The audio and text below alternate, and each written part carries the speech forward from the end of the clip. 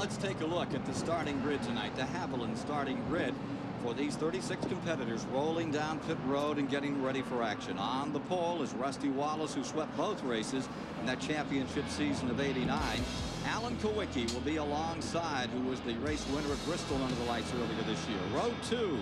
There you find Davey Allison. His first win was on the first one of his 3/4 mile track was by Davey.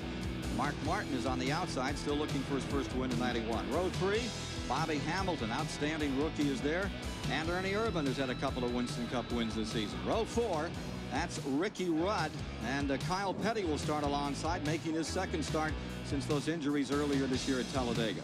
In row 5, the guy who's won 14 races under the lights, Darrell Waltrip, and alongside the winner at Atlanta and Dover this year, Ken Schrader. Going to row 6, there you have Hut Strickland and Bobby Allison's Buick, and Rick Mast, the former winner here in Grand National ranks. Row 7 is Harry Gant, and alongside is Bill Elliott. In row 8 tonight, Sterling Marlin and Dale Earnhardt, the 5-time winner here at Richmond.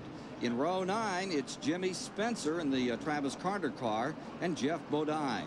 For row 10, 13-time winner at Richmond, Richard Petty, and Terry Labonte, the '84 Winston Cup champion. Row 11 tonight is Brett Bodine in the Kenny Bernstein Buick, and Derek Cope, a strong fourth last week over at Darlington.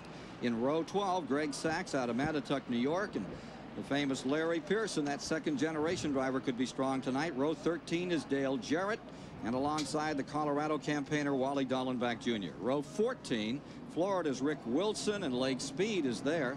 Row 15, it'll be Kenny Wallace making his third start of the year in Winston Cup, and Chad Little.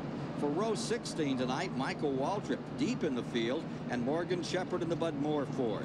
Row 17, Dave Marcus, who's won twice here at Richmond, and Joe Ruttman, California campaigner and native. Row 18 is Teddy Musgrave, another fine rookie talent in NASCAR, and Jimmy Means, the veteran out of Huntsville, Alabama, rounding out the field. That's the Haviland starting grid as we prepare for action this evening in this Miller 400. They've completed the preliminary laps, made that run down pit road, a 40-mile-per-hour mark on pit road this evening, Neil. Ken, they said it might be flexible enough to do between 50 miles an hour, so these guys are getting a good feel on pit road. Here you see the in-car camera picture from Mark Martin as we get set to go racing. Down to the line they come, and on the brake, that Pontiac, first Pontiac to sit on the pole here at Richmond since back in 1981, when the job was done by Mark Martin. Earlier this year, of course, Mike Waltrip put a Pontiac on the pole up at Michigan. Right out in front goes the number 2 car, Alan Kulwicki, who is set on the pole here. Starting on the outside of the front row for the 14th time in his career, comes by in second spot as they complete the first lap, and all 36 are away safely. Ken, from the field I got in the garage area, everybody wanted to know how fast is Rusty Wallace. All day in practice, yesterday and today, he's had a way superior car, and everyone's concerned about him skirting away early in the race, and he seemed to show some of that right now. 4-car length advantage, cut to 3 as he comes down once again and completes the second lap. 3/4 mile track, and again where it gets real narrow is down here in turn number 2. It gobbled up several cars last night right in that second turn area they're traveling at this moment. How fast in the back straightaway, Neil? Ken, the cars are running 130, 35 miles an hour going down in that corner, and with it still takes a good bit of braking to get the car slowed down, especially down going in the first turn. Davey Allison line 3rd, Ernie Irvan is in 4th, and Mark Martin coming up next in the 5th spot. There you see that interval between first and second spot as they begin to thread them out here. 400 laps. Earnhardt is on the move in the number 3 as he goes on the outside of Hut Strickland. Earnhardt trying to roll around as he starts to move up. Strickland, Elliott, and Schrader all in that picture. The number 25 being Schrader, and here's Earnhardt on the high side, leading in the Winston Cup points by 89 going into tonight's game. And what a record he has on this racetrack. Look at Bill Elliott towing off that back straightaway, plunging on the outside down into turn number 3 as he moves around the number 25 of Schrader. Ken, that might be you might hit the nail on the head right there when you said the outside. These cool conditions in the summertime and hot weather, it's hard to work on the outside of this racetrack. Cool, they might be able to get it out there. Mark Martin running in the 5th position, and there's that Ford telemetry. showing you the speed. No question about it. Up to over 130 miles an hour on this 3/4 mile oval as he went down the back straightaway. Keeps those RPMs right up there at the peak of about, got it up to 8,300 RPMs. Ken, if we notice that also, we're looking at 8,000 up the back straightaway, 83 down the front. The big bow in the front straightaway turns more RPM. This should be an 8,000 RPM run down through here. 8,100, he's getting in there a little better, but the front straightaway will turn the motor a little bit harder. While watching this front straightaway and see if he can pull a few more RPMs. In Mark Martin's number 6, still looking for that first win. Looks like 84. Jack Brown should be getting nervous here in a minute. I don't think they've got the hand grenade in there tonight. They did that for qualifying. That's the car that maintains 5th running position. Meanwhile, back up in front, it's Wallace in the Pontiac scooting away. Alan Kulwicki's Ford is in 2nd. Davey Allison Ford is in 3rd. Then the number 4, Ernie Irvin Chevrolet in 4th, followed by Martin. Kyle Petty in 6th. Bobby Hamilton in 7th. Ricky Rudd is in 8th. Darrell Waltrip 9th. And Rick Masters in 10th.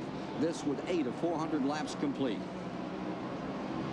Great race last night was won by Harry Gant, and we'll have more on that in a Goodyear Racing update with Mike Joy a little later on. Had a terrific race. Again, I'm not so sure we aren't seeing these guys be a little bit more cautious after what we saw early last night. A lot of problems in turn 2. These guys are taking a little bit more easy tonight. I'll watch them as they approach turn number 3, and there you see those front 5 cars. Now the front 2, that's Kulwicki, and then those next 3 all grouped together are Allison, Irvin, Martin coming down through, and you really get the sense of a D here from this great picture. Got a big smash up in turn number 3 and 4. We've collected some cars, and it looks serious for Derek Koch. One car still resting out there in the center of the track. Michael Waltrip's number 30 is coming down on pit road, and there you see the 41 of Larry Pearson bent up. This is happening at lap 10. Looks like they got wadded up. Several of them got in a bind getting down in the corner. I noticed Larry Pearson running a little bit high earlier, and looked like they got tangled up getting down in 3. Kellogg's car, number 41 for Larry Pearson out of Spartanburg, South Carolina. Bruised, battered, and coming to a whoa just as you enter turn 3. And that's the one point out there where if you need to get on the binders, you need them a lot, and the car can get out from beneath you, and away you go, out of the races. Yeah, and the skid marks going in 3 are way back entering the corner, so they must have had a problem on entry, and then he went directly out in the outside wall. And bounced another 150 feet down the track before he finally got it whoa. Rusty Wallace is out in front. We're under caution. More from Richmond momentarily. We're still under the first caution of the evening at 16 laps here at Richmond, Virginia.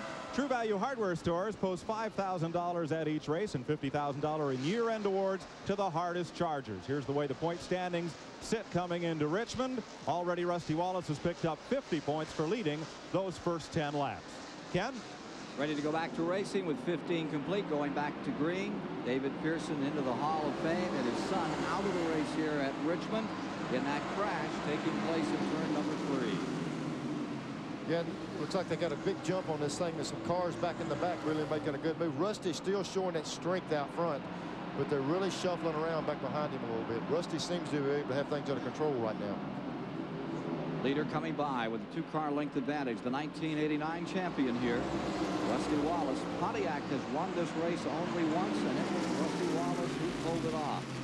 He now gets himself a 4-car length advantage, but on the outside trying to make a move is Ernie Irvin, and we've got a spin and a crash in turn 2. It looks like SCHRADER might have got collected there. Indeed, number 25, Ken SCHRADER, is bringing out the 2nd caution of the day.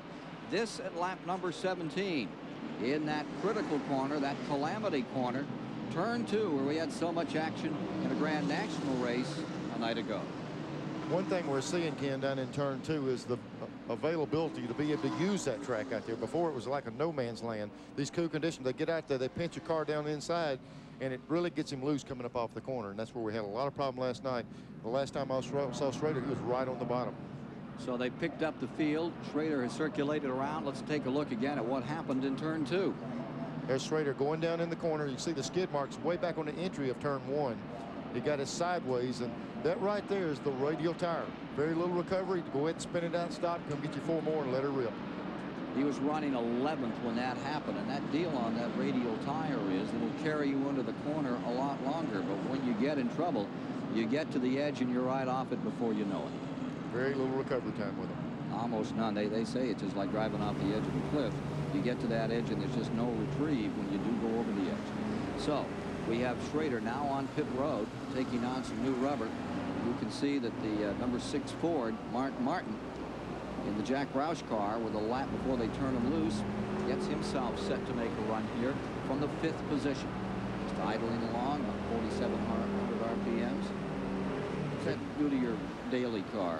Well, he's just going out of his lumber. He's fixing to blow the set out of this thing. You're fixing to see a drag race maneuver here in just a second. Pace car is in. We're ready to go racing once again. 3-car length advantage immediately established by Rusty Wallace over Alan Kulwicki. And we got a big spin. Petty and Ruttman coming to the line. Get knotted up, and they're both away. There may not be a caution. Here's Ruttman still trying to get fired. He's down to the bottom of the racetrack. Field coming around, still trying to get fired. Field is coming. Yellow is down. Ruttman trying to get that car back underway. Think he was trying to pull a flag? No, Ken, I saw him as he was rolling down, letting the clutch out, and the car jerking and jerking. It's hard to get him recranked like that, and he got it fired off afterwards. I'm sure he's going to be questioned, but he was actually trying to get it restarted. But passing that pace car on the back straightaway won't make it any easier. Joe Ruttman coming down. Now let's see if he's going to pit. No, he's trying to get back in this lap with the leaders. We've completed 21 laps here at Richmond. Just back under green, and the Pennzoil area platform as they go through turns 1 and 2 as they come back under green, showing you this remarkable picture as you watch Rusty Wallace again drawing to that 3-car length advantage on what he calls the smoothest racetrack he's ever run on, and now he's getting another car length as he comes out of 3 and 4. The number 2 car really hitched up at the present time. Again, we've got the number 4 car of Ernie Irvin and Davey Allison running side by side. They've ran like that since they dropped the green flag, and they're really battling for 3rd position. That's a battle for 3rd spot. Ernie Irvin in the yellow car, Davey Allison up on the high side, and it's Davey Allison making the move to get himself 3rd spot. And here comes Earnhardt. He started way back in the pack, and that should put him in about 5th place. He's been working on the outside of the racetrack. Earnhardt started 16th tonight. Here he is wheeling around. Mark Martin picking up another spot, gives him 5th. Going down into turn numbers 1 and 2 and into the back straightaway. Earnhardt, who has a remarkable record on this track. Take a look at that telemetry showing you just how many RPMs are being cranked out by Mark Martin. Again, that brake pedal about it tonight. Yes, sir. That brake pedal sign on the left is showing how much braking is used. Roll out the throttle, high RPM, hit the brake, coast the car in, feed the thing back up off the corner. Quite a bit of braking used on this side of the racetrack. That has been one of the strong suits of the Ford motor lately. They've got a lot of bottom end torque in them now, and the thing is pulling from 6,700 up to 8,800 RPM is where their power is. They've still got some left on the top that they're not using right now. Down the back straightaway, coming around to complete lap number 29. Here's Wallace around 4, coming out of the hole, making his move up through, right with him. Alan Kulwicki stays in that 2nd spot. Davey Allison in 3rd, Ernie Irvin in 4th, and the man on the move, Earnhardt. Earnhardt, who's had just a remarkable run. He won here in February, won here in this race a year ago, and he had the field covered. He got in a tremendous scrap at the end of that one with Mark Martin. They beat each other up real good. Now take a look here at the 5th inning point. It's the Dodgers. LA Dodgers out in front tonight over the Pirates. Margin is 1-0. Keep you up on some of that this evening. Great Saturday night. This is live from Richmond. 60,000 folks. It's been sold out since June. Atlanta Braves versus the New York Mets. That's coming up tomorrow live at 1:35 here on TBS. And we also have it 1-0 with Rusty Wallace being the only guy to lead this race. He's setting a pretty good pace for him right now. Battle for 3rd. Davey Allison, the 28th, the number 4 car, Ernie Irvin. Irvin in that Chevrolet trying to overhaul the Ford of Davey Allison. Kulwicki cutting a real nice line here. Wanted Bristol. He's getting stronger toward the end of the season.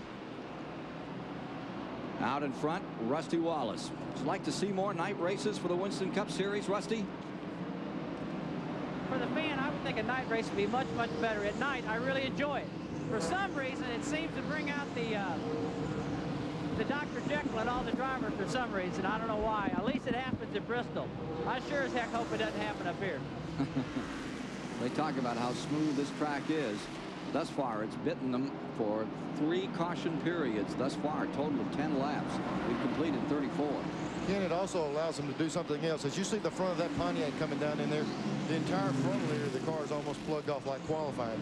These cars are built with big radiators, look like distilleries hanging on the front of them to run at 200-degree temperature in hot weather with the motor at 200 degrees. When they come under these conditions, they can plug it up and virtually run qualifying speed during the race. They like to be able to use that power, and on a night condition like this, they can certainly do it. Here's Chris Economac. I'm at Rusty Wallace's pit. Roger Penske, the major owner of the team, is here on the ground. He's up in the Pontiac suite. Now, in IndyCar racing, Roger is always in the pit running thing. It's an act of faith for this man, Don Miller, his co-owner and team manager. Rare is the day that Roger Penske watches a race and does not get involved. Back to you, Ken. Well, it's Miller-sponsored race. I think they primed and primed a little extra for this one, got themselves on the pole, and now they'd like to duplicate 1989. What a race that was. Remember, on the last lap, Wallace ran out of gas. Barry Dotson was his crew chief. They thought they'd take the gamble. They'd either be heroes or hobos. They sure turned out to be heroes a couple of years back. And you can also bet, even though Roger Penske is not down there in those pits, he's not watching a race without being involved. I'm sure he owns one of those radios. Now look at this magnificent picture as these cars float around that first and second turn, head down that back straightaway. You're getting an idea about the real speed of them. Here they are into the D shape that brings us down through that fourth turn. Big sweeping wide front straightaway. Down into turn number 1. And look at those seats. Everyone sold out since actually the first day of June. Well, here's a sight that we ordinarily didn't see at this racetrack. Look at these brake rotors glowing cherry red hot.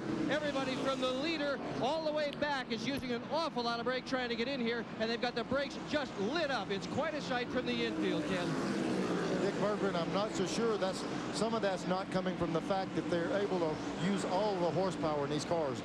When I'm seeing the RPM I'm seeing in the mile per hour from inside the cars, they're sending them off in the corner probably 10 miles an hour faster than we normally do. There's brake rotors on fire, cherry red, and a lot of that is the speed to be able to use at night. And sometimes we have that in the daytime. You just can't see the red glow.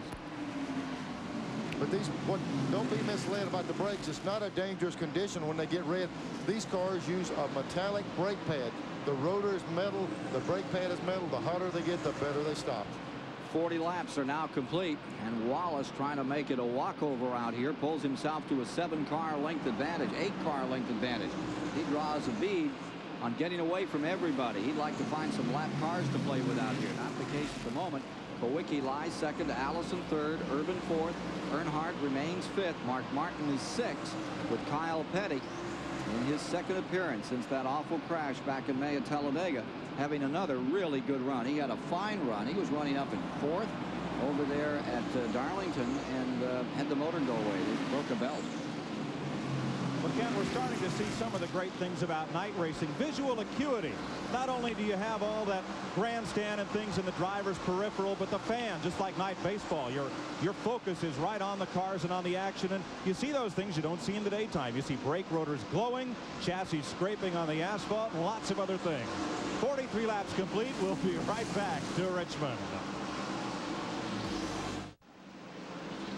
48 of 400 laps complete at Richmond. Rusty Wallace trying to sail away from the field, and that sets up our newest award. Norwegian Cruise Lines has the Sail Away Award for the driver that can open up the biggest lead on the competition during this event.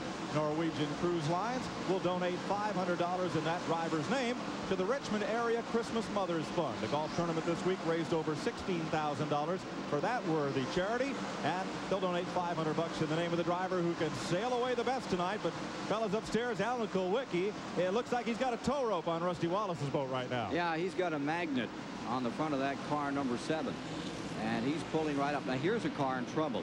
Jeff BODINE is struggling. He has fallen back to the 28th position in the Junior Johnson car. Something is amiss on car number 11, and he's back in 28th position. as they complete now the 50th lap of the 400 to be run here this evening after 3 early cautions. Look at KULWICKI in car number 7 closing in, and it's Pontiac in first, Ford in second and third. Teddy Musgrave going a lap down in the 55. The 21 car, which made a tremendous run early in the going, picked up 8 or 9 positions. Dale Jarrett with the Wood brothers has now pitted and come back on again and is trying to get back to full speed. Look at this battle for the lead. Here's KULWICKI, who tasted victory at Bristol, Tennessee. Under the lights, looks like he likes this environment. Ken, at the top of the show, he also said that the more races he runs, the smarter he gets on how he needs to run his car and save the race car. He let Rusty streak out there. He paced himself good. Now he's trying to reel him in and see if he can lead the race. Evidently, Rusty has slowed down just a little bit because we have KULWICKI and Davey Allison closing that gap in a hurry. And the Haviland in-car camera with Davey Allison goes down to the bottom of the racetrack. 3-car battle for the lead. Davey Allison trying to get beneath KULWICKI. He throws the block in turn number 1 and zeroes in again on number 2, Rusty Wallace. Back straightaway. There you see the front 3. Coming around to complete 54 laps this time. Rusty Wallace in the lead. Alan KULWICKI is second. Davey Allison fades to the outside a bit as they come back in the main straightaway. Yeah, he tried him inside several laps. He's going to try the outside of the racetrack. Davey's car with the Robert Yates engine has been exceptionally strong the last couple of months. He's got a lot of horsepower in that car. He sure has. He's got himself some victories this year. We saw him win the Winston, won the 600 at Charlotte, came right back, won the 400 in Michigan, and then had that tremendous struggle with Dale Jarrett right to the finish line at the second race in Michigan, in which he lost by a matter of 8 inches. But make no mistake about it, the Larry McReynolds crew, number 28 spinner down here. Is that Chad Little's car? Chad Little. That's Chad Little's number 19 coming to rest and bringing out our 4th caution of the night. The runner from the Northwest having difficulty and brings out another flag. Back to the line they race, and as they come to the stripe, ease out of the throttle a little there. They were motioning to each other, giving the hand signals because there was a car down up here in the corner. Rusty Wallace stays in first, KULWICKI in second, Davey Allison third. Ernie Irvin will pull up, and Earnhardt, who's made that move from 16th to 5th. I think we're going to hear more from him before this night is over. Looks like we're going to see some pit action on this caution. Indeed also. we are. We'll be back with more from Richmond in a moment.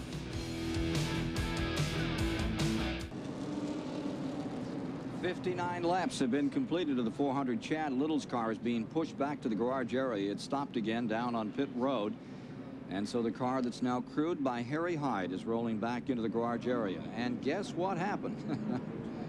Watching tonight, TBS, the big show here at Richmond. Sure is. Dandy. Popping out in front, car number 3, Earnhardt. Pit road, that's where it made the difference. Again, that's got to be 5th to 1st. That's got to be a good feeling. You know, he started back there, he worked his way up close to the front, had to use up a lot of car, and he got to 5th and couldn't go any further.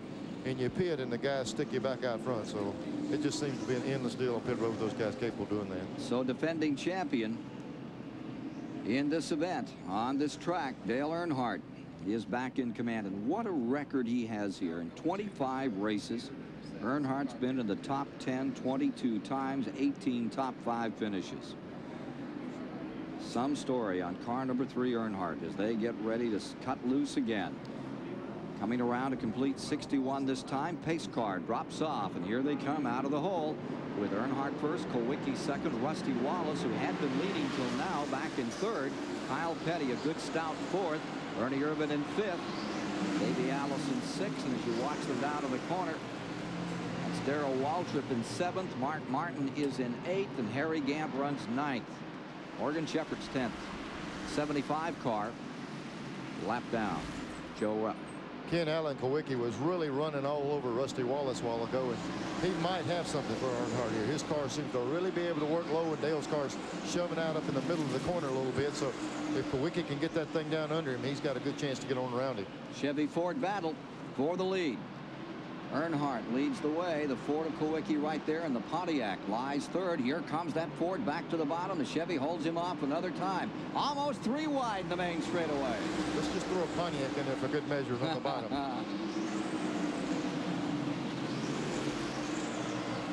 Number 7. Oh, number 3 gets hit. Rusty Wallace taking a piece out of car number 3, Earnhardt, and that swaps them around a little. Here comes Davey, here comes Urban, and Wallace drops back a bit as there was some full contact Saturday night stock car racing going on out there.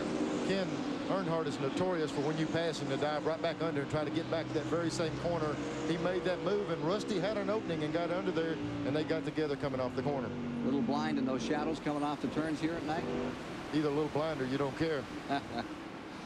Lead 8 car lengths belongs to KULWICKI. Battle is for second spot as they come back to the line. Ernie Urban's there on the bottom of the racetrack. He was in a real slugfest last night. Mike Joy has more on that a little later tonight. Yeah, this Ford Chevrolet battle is really interesting because in NASCAR's history books it shows that Ford leads with wins with 374. Chevrolet is second with 373. If a Chevy driver wins tonight, they tie the all-time win record with Ford. So it's obvious that the battle is to keep that lead on the part of Alan KULWICKI. Got a couple of Chevys now up into that second and third spot. Fords are running first and fourth. And there you see Davey Allison's Ford going down into turn number 3, trying the inside. Davey Allison trying to sneak through there on Dale Earnhardt. Even across the line, Earnhardt on the outside. Back they climb the banking. Turns 1 and 2, and Earnhardt stays right there on the outside. Hangs in. This is lap 68. Pennzoil aerial platform giving us these grand pictures on this 3/4 mile Richmond International Raceway here on the Superstation tonight. It's Saturday night racing at its best. Richmond International Raceway where it's happening. And this squabble right here is deciding third spot, while Alan KULWICKI continues to lead with Ernie Urban in second. And there you see them up in front. There's Allison, followed by the number 3 car in 4th. Rusty Wallace in 5th. Darrell Waltrip now lies 6th. You're riding with Davey Allison in the Haviland car. 4th place machine for the lead. The Ford of KULWICKI under pressure from Ernie Urban. A while ago, KULWICKI was able to use the inside of the racetrack to get position on Earnhardt, and now it seems as though the 4 car is capable of even getting a little bit lower at times. He swings out wide, he cuts right back across the bottom. He's made several good runs at him. Well, Alan KULWICKI just called his crew and said, hey, is anybody running a better line than I am? Is the top the place to be running? Well, last night in the Busch Grand National race here, the line kept moving up the racetrack, but KULWICKI is making time on the low side. Earnhardt, meanwhile, does not seem to be able to stay on the bottom line. He's opening up a big hole underneath him between turns 1 and 2 on almost every lap. The clue right now seems to be stay down on the bottom and you're okay, and that's exactly what your leader's doing. Now there you see Alan KULWICKI with that little higher line, and Ernie Urban trying to sneak up on the inside. KULWICKI in the 7 car. Winner at Phoenix back in '88. Winner at Rockingham. Winner at Bristol. For his 3 wins, staying just barely in front until he came into the back straightaway, and zoom, it went away. It seems like anyone that lets get a nose up under him here, just like where Davey Allison made this move on KULWICKI, the big bow in the front straightaway, the outside car's got to run a lot further line. Automatically, the inside guy gets position going in the corner. So Davey Allison taking a spot back here. Allison going up into second.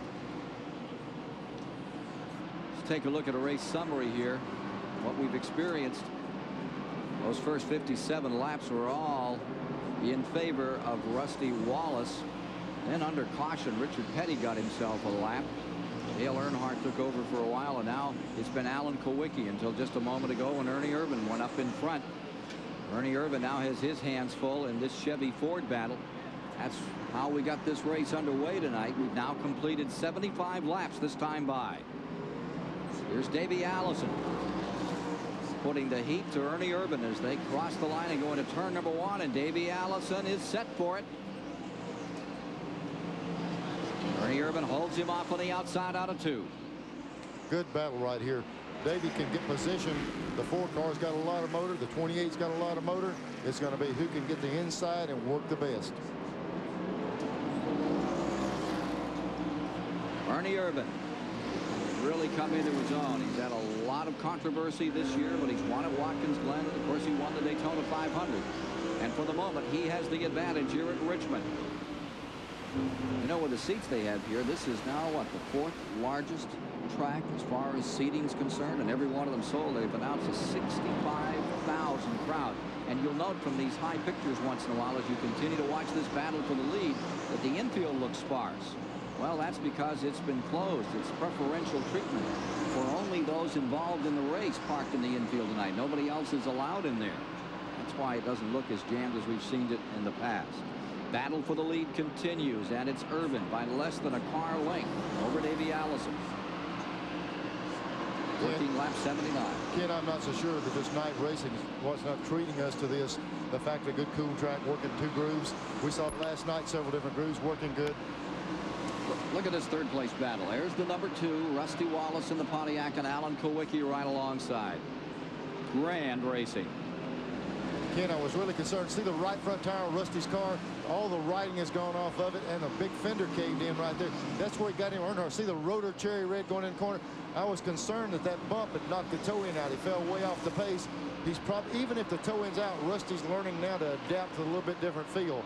You can correct for that from the driver's seat, and he's got the car going back to the front. The rotors are cherry red on this car when he has to run it hard down in the corner like that. Doesn't seem to have hurt it. Look at the rotors on that car. That's red metal flaking off those things. 4 and the 28 continue to mix it up in front. Cars numbers 4 and 28 battling for the lead. Here comes Allison back on the inside. Lap 81 complete. We've got one car in trouble. Rick Mast has bent up car number 1. There's no caution out. He's limping down out of turn number 2. Drops to the bottom of the racetrack to let him through. So the Jackson brothers, car number 1 that was upside down at Talladega in that altercation with Buddy Baker's having trouble again tonight, trying to get back into the pits and see if there's any remedy there. He's going a lap down. Leader continues to be Urban. And here comes Davey Allison back for another counterattack. Ernie seems to be content to give Davey that inside line because he's making such a strong run off the corner. Every time we've seen it before, when you give the inside up, you lose position. Ernie's able to make a strong run on the outside and able to hold Davey off. But like you said a moment ago, Neil, the guy on the move is that man back in third spot that you see from our high camera. At number 2, that Pontiac is closing in again. It's Chevy, Ford, Pontiac. Great dice. When Rusty got into that little allocation with Earnhardt a while ago, he probably had to reassure himself and just see what was wrong with the race car. It took a pretty good lick, and now he's got it under him again, and he's coming to the front. Rusty Wallace closing back in again as Davey Allison again attacks the leader. Dandy battle. 400 laps are complete at Richmond International Raceway. It's Ernie Urban in first, Davey Allison in second, and here again the battle for the lead heats up as Davey Allison tries for the inside. He's there this time. That's the best shot he's had, and now we'll have to see if he can match him with power up off the corner from the inside. Here comes Urban on the outside making a strong run. This is the first time Davey's held that good a position getting in turn 3. And here's where it can make the difference. You really have to pinch it on the bottom of the racetrack. Just grazing, and Allison has to lift. The key word there was pinch. He pinched the car down. Davey did the nose of the car down. The rear came around. Rear wheel drive. It's got to spin that in. And look who's moved back into contention. Rusty Wallace, the man who's set on the pole, is there another time.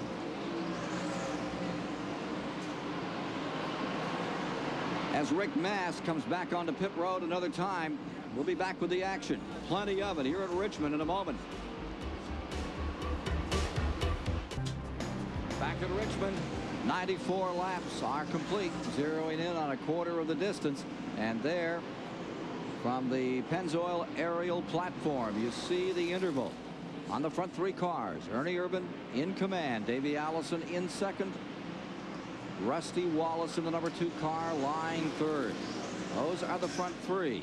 Then there's a bit of an interval, about 10 car lengths, back to where Darrell Waltrip has moved around Alan Kulwicki. That's been a struggle. Here's Allison again, making still another effort Trying to launch some kind of a beachhead here to pull up on Ernie Irvan and take that first position away. Again, it looks as though Davey has moved up a little bit higher, trying the line that Ernie Irvan, you know, we brought up earlier some of the guys, the drivers question, should I move up, should I move down? Davey every now and then moves up and tries the line the 4 cars in to see if he can pick up the pace a little bit. They kind of settled down and quit battling a little bit and got just the least bit of room with Rusty Wallace.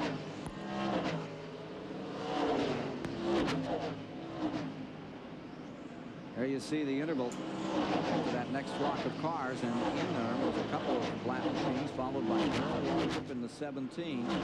Moved around Alan Kulwicki and Harry Gant in number 33. He's in this scramble. Harry Gant has moved from 13th to find himself up there. You see the 17 car. WALTRIP looking really good in that Jeff Hammond cruise machine. And Kulwicki. Now here's Harry Gant in the 33. Gant is up to 6, and behind him is Earnhardt in the number 3 for 7th position. Kyle Petty stays 8th. He's having a good night. Guess that hip is still really sore. You know how that feels when you try to get back in this thing and you've really beaten yourself up, busted that bone up in your hip. But Ken, I talked to Kyle at length this afternoon, and he said he's really feeling good. And I've never seen anybody as eager to get back in the race car. He's really on top of the thing, and he feels like he can win a race here real soon. And they've got the team and the equipment to do it. Kyle's healthy again. There you see the 3, and right up next is the 42 car of Kyle Petty. There he is, holding on to the 8th position. Now right behind him is another interesting story out here tonight. Remember that Ken SCHRADER spun early when we first started out, Neil? There you see, he's just ducked under car number 42. SCHRADER is on a roll. SCHRADER has just come from 19th, and that number 25 picked himself up another spot, give him 8th now as he dives to the inside, gets under Kyle. Here comes Hut Strickland on the outside, and Bobby Allison's car. That Buick wants to mix it up tonight. I'd love to see that Buick win one before they retire Buick out of this series. I think it's too bad. I really hate to see them going, particularly Bobby Allison and Buick. Ken, we've been blessed with the manufacturers in the sport with every brand available, and now there's going to be a cutback, and I'm sure Bobby and the guys would like to get a win with this car before they have to go to another brand. It'll be the first one for Hut Strickland, and after the service he gave Bobby Allison up at Michigan, talk about meritorious duty. What a race he put on. And it was only another member of the Alabama gang, Davey, that beat him. Here he is closing in on SCHRADER, and SCHRADER's been as hot as anything on the racetrack. Hut Strickland in car number 12, just moseying along up through the field with Ken SCHRADER. SCHRADER went all the way back after he spun. They're putting a lap on Wally Dallenbach Jr. Look out for him next year in that Roush team. I look for him to win some races. Ernie Irvan's number 4 stays up on the point, leading this battle. There you see him with the advantage, lapping Richard Petty by a couple of car lengths. Ernie, have you changed your driving style in the last few races? I still drive real aggressive and hard. Just kind of pick the people I drive hard and aggressive with. You know. Who are they? Tell me who you like to drive hard against. Well, I love to race hard against Rusty. You know, Rusty drives hard. Earnhardt. Some guys, you know, are more of a real patient driver like Harry. You know, you can run aggressive with Harry, but Harry's a patient race car driver. And you know, but Rusty and Dale and you know, those are the 2 guys you can really go out there and slam bam and go hard. And then some of the other guys you got to race different ways. Me and Mark Martin race different ways together. If he's faster, I move over, let him go. If I'm faster, he moves over, lets me go. So, you know, there's just different ways you got to pick and race with each other. Heavy lap traffic and getting away is car 21 spinning. Dale Jarrett down across the line. The leader's directly behind him. No caution out. Yellow flag has not come out. That was in turn 4. As the car number 21 got loose, the leader's directly behind, including Ernie Irvan. And everybody was able to continue on. Irvan stays first. Davey Allison second. Rusty Wallace in third. And Dale Jarrett, who looked like he was going to win a Grand National race last night, collects it and keeps on trucking. Of course, next year he's one of the big stories. Moves on with the coach of the Washington Redskins to form a new team. Joe Gibbs will come out here with an organization that ought to be something. Let's take a look at replay at this action up in turn 4. There are the 2 leaders. And there you see that 21 car getting loose. Looked like the rear just came around on it. The 26 might have barely tapped him, but the 21 was already going around. There was nothing he could do. Got another angle at it, and we'll see a little bit better what happened. Maybe. Let's take another look at it here from another angle. I think it just got loose on it. Well, he might have got collected. Well, he was already coming around. It might have been something where Brett Bodine couldn't help it, but the 21 was already coming around. He's had a little bit of trouble earlier in the night, and it's just not going the way they need it right now. Let's join Ken Stabler for just a moment. Yeah, we talked to drivers and crew chiefs, and they all seem to really like the night racing. We've got some fans here that they seem to like it best too. I'm sitting here with race fan Ron. Ron, you like the night show a little bit better than during the day? Yeah, the cars are a lot more colorful. They stand out at night. The sun's not beating down on you so much. It gives me an extra day to get back to Syracuse. Another race fan, John. John, what show you like the best? You like the night show or the daytime? I like the nighttime because you can see the cars a lot better and it's not nice. A lot cooler to watch, too. They're having a great time up here, and they really seem to like the night show, Ken. And check this shirt out right here. What's that say, Neil? Real women like real men who wear black and silver. That's your buddy Earnhardt at work again. So number 3. I never did get my number on any of those shirts. It got me wondering what's happening. And the Raiders, yeah. And the Raiders. How are they doing these days, Neil? We ought to ask Stabler that. I better be Not careful. very well at the start. I think they need to shoot Stabler back in there and let him chunk that thing a little bit. Ernie Irvan stays up in front, and there you see Davey Allison riding second. 113 laps are complete. I think it's fairly unanimous among the fans. Saturday night racing is still the way to go, and we've got a real Saturday night special being fired up here in Richmond for you on the Superstation tonight. Ken, when that fan just mentioned the fact that it gives them the Sunday to go back home, our fans have been so loyal through the years, and most of them have to be at work on Monday morning that drive all night Sunday going home. I'm glad to see us be able to do this. They can go home tomorrow, get up, go to work Monday, and have an enjoyable weekend. Just put a lap on Bobby Hamilton, who's not having an enjoyable weekend. Back straightaway, Chevy versus Ford.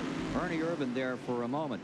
Ernie Irvan, who got up in front of every driver in this Winston Cup Series and apologized to Talladega. He says, I got to get more finesse. Remember, he said, I feel I'm a good stock car driver when I'm aggressive, but it's a fine line. I've just got to walk the bottom edge of that line instead of the top edge of the line. How do you feel about that, Neil? Ken, I think it's just a growing time, learning the guys in the sport. He said it himself a while ago. You know, I like to race Rusty. He's aggressive. Harry Gant's not aggressive. It's no different than a pitcher going major league pitching and a catcher learning how to throw to a specific batter. Once you learn how everybody plays the game, you know how to pitch him. You be rough with Earnhardt. You finesse Petty and Gant. So he's been in it long enough now. He's learning the guys he can lean on. And some of them, I'll be the first to tell you lean on them. They do a little bit of crying about it. So you got to be careful who you work with and how you do it. Well, he was aggressive, though, and he did get himself in some spots, didn't he? I can't say anything. I tore up a lot of myself. Okay. Larry McClure, his car owner, likes the way he drives. And the fans that have followed this number 4, that Kodak car, all year, they must be thrilled with this show right now. That's 117 laps deep into the 400 laps, 300 miles to be contested for over $600,000 potential dollars. There's a $120,000 plus bonus if Rusty Wallace can win tonight from Unocal. He's the guy that's set on the pole. Look at Davey Allison. Just dipped down to the inside. Looks like he's got some running room there now. Again, he's kind of paced himself. He's sat there behind Ernie, sat there. He's going to have maybe 2 or 3 laps that he can try this. The one time he tried it before, he busted the back end of the tires loose, back end of the car when he pinched it down. He's going to have enough stuff under him now to try it for a lap or 2. If he can't do it, he's going to probably run 15 or 20 more laps to cool him back down. Remember that staying third in this still is Rusty Wallace, and then comes number 17, Waltrip, 4th. Harry Gant is up to 5th. KULWICKI has fallen to 6th. And look at KULWICKI battling right now with Schrader. That's Ken Schrader down on the inside for 6th position. KULWICKI in 7th. Dale Earnhardt is in 8th. Kyle Petty is in 9th. And Bill Elliott's in 10th. The struggle right here remains for 6th position, and it's going to continue for some time before a sold-out house. 65,000 fans here at Richmond tonight. 125 laps are now complete here at Richmond. It's a struggle up in front for the moment. Ernie Irvan is there, and you have Davey Allison knocking on the door in 2nd spot. From the high camera, take a look at that battle for 1st place. And Ken, with Davey putting the heat on Ernie Irvan, the pace he has, they've opened up almost half a straightaway on Rusty Wallace. The front two cars are really setting a blistering pace right now. They're using up a lot of race car. And they're using up a lot of tire out here. These radials, how are they going to take this after this much punishment? Ken, the blessing in disguise was the cool weather. They're able to abuse them a lot more than they do in the daytime, and they're keeping the tires under them pretty good. So I don't think this pace is going to hurt them. Davey Allison stays right there in second place. Davey, since you ran last night, do you see any big difference between running during the day and running at night? I really didn't see a whole lot of difference in the way the car drove, but now our car didn't drive all that great anyways last night. So, you know, as far as how to prepare for tonight, I think we're still taking a shot in the dark. We've got to make a guess at it and hope that our guess is right. Battle for the lead continuing. Allison would like to get him. Here comes that number 5 car, Ricky Rudd, as he works with Dale Earnhardt. That's back in 10th spot. The number 5 car, Ricky Rudd, just underneath. Dale Earnhardt running in 11th. That's your 2-point man battling for position right here on the racetrack. 89 points separate those two in the Winston Cup battle, with Earnhardt having the advantage at the present time. Last year, he was fighting Mark Martin by just 16 points at this time of the season. Let's go to Chris Economack. I'm down here in Dale Earnhardt's pit. Here's Kurt Shelmerdine. Kurt, Dale has fallen out of the top 10. What's wrong? Well, he's a little bit too tight in the middle, a little bit loose getting off the corner. So we got to decide what's hurting the most and see what we can do about fixing it. Will you make an emergency pit stop for that? I'm sorry? Will you stop for that, or will you wait till a regular stop? We'll wait till a regular scheduled stop. There you have it. Dale Earnhardt having handling problems. Back to you, Ken. Chris, when you hear a crew chief say you got 2 different conditions, that's hard to correct. He said he's pushing in the middle and loose off. If you're pushing in both ends or loose in both ends, you can correct it. They've got some work ahead of them to be able to correct 2 different types of conditions in one corner. Neil, take a look here. You've got the number 2 car, Rusty Wallace, in 3rd. The 17 of WALTRIP. There's a lap car in that bundle as well, Morgan Shepherd. And then Harry Gant is on the attack in 5th spot. There you see them in 3rd, 4th, and 5th. At Pontiac, number 2, staying 3rd. Chevy comes next. And Oldsmobile, number 33, in the 5th spot. Meanwhile, up in front, trying to put a lap on Kenny Wallace in the 24, is Ernie Irvan. And again, Davey Allison seems to have a little bit of an advantage on the inside. Well, Ernie Irvan's not handling perfectly either, Neil Bonnet, and he's got exactly the same problem Earnhardt does. In some places on the racetrack, he's loose. On some places on the racetrack, he's tight. They're not too sure what they're going to do to it, but they wish they could fix it. Even more, KULWICKI, Earnhardt, Martin are not happy with their cars at all. They have radioed back to their crews that they do not like the way they're handling. They have all called for significant changes on the next round of pit stops. Rusty Wallace is a little bit loose. He wants to tighten his up. Take a look here as Ricky Rudd begins to rumble. Car number 5 is pulled around the number 42, and he's getting himself a little bit of an advantage. He is pulling himself up to 9th spot. Got a car in trouble on the back straightaway. Lights are on for caution. Mark Martin's car is on fire over there. He's the first one to get out of that thing. He's had all that he wants. When that light is on, the switch is still on inside the car. The ignition's on. He's got a tremendous fire. It's got to be carburetor or fuel right there in that area. 13th position was where he was running when car number 6 got in trouble. Mark Martin's car being extinguished out there. He's going to have to watch it when he opens the hood. When this opens, there'll be a big flame out the front. That hood is containing the fire, and I'm sure these firemen will jump on top of it. Mark's big concern is he wants to get that thing back in the race. He's got to get the fire out and try to save as much race car. He's in this points battle, and he wants to get the fire and get in the pits where they can continue again. Mark Martin's car in big trouble under the hood. That is caution period number 5 of the day. 5th caution is out. It happens at the 134th lap. Leaders are taking this opportunity to pit. Fire out on car number 6, Mark Martin's car, who looks on concerned about that race machine. And we'll be back with more in a moment.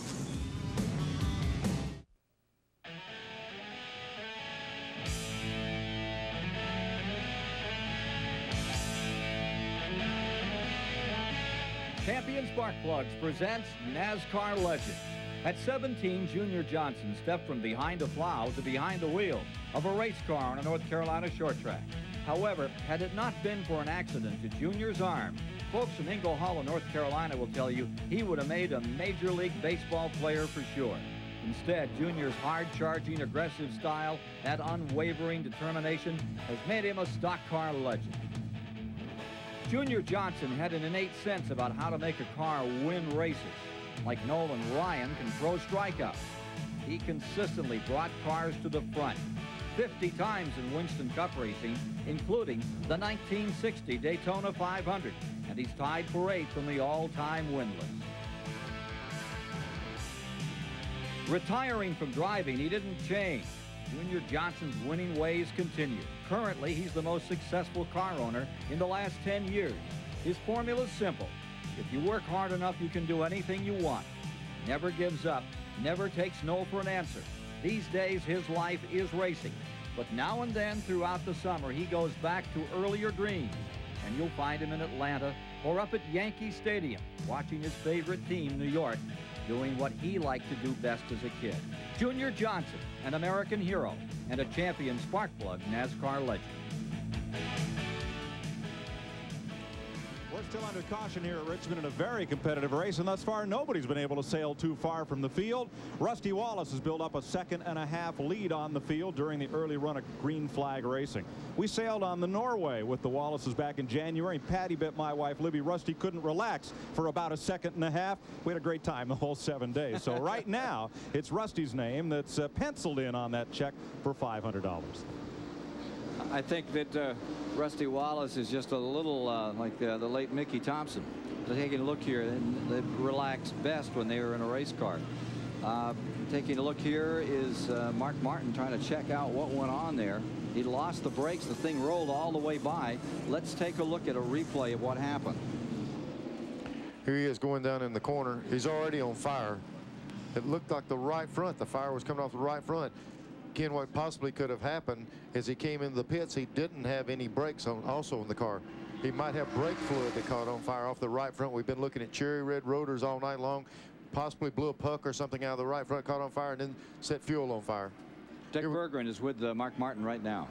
Well, Mark's wandering around the car here in a big hurry trying to get it together. Can they get this thing back on the racetrack? I have no idea. I really don't know what happened yet. I don't know. I don't know what happened for sure. But you're going to try to get it back out? Oh, yeah, yeah. I don't know what happened for sure. It's got fire, no brakes, and I thought the engine broke, so I don't know what happened. Have you tried the engine since? I have no idea what happened. I don't know.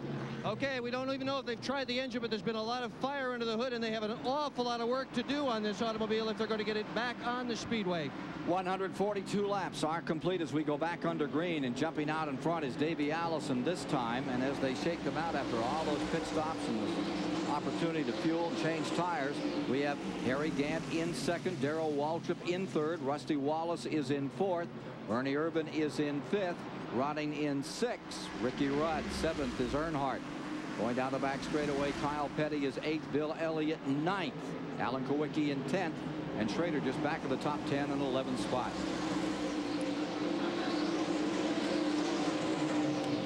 Leader Davey Allison has a couple of lap cars. Morgan Shepherd, Bobby Hamilton there.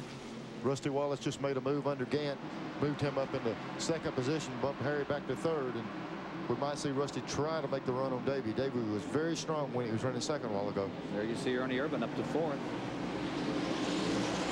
Through 145. A while ago when Davey was running second, it's hard to make that move. Now that he's out front, he can pick the part of real estate he wants to run on. He might be able to stretch it out and get some of that lead that we were talking about earlier. Could be a big move tonight for Davey Allison, who came in here fourth in points ever since May down there in Charlotte at the Winston and the Coca-Cola 600. It really picked up momentum.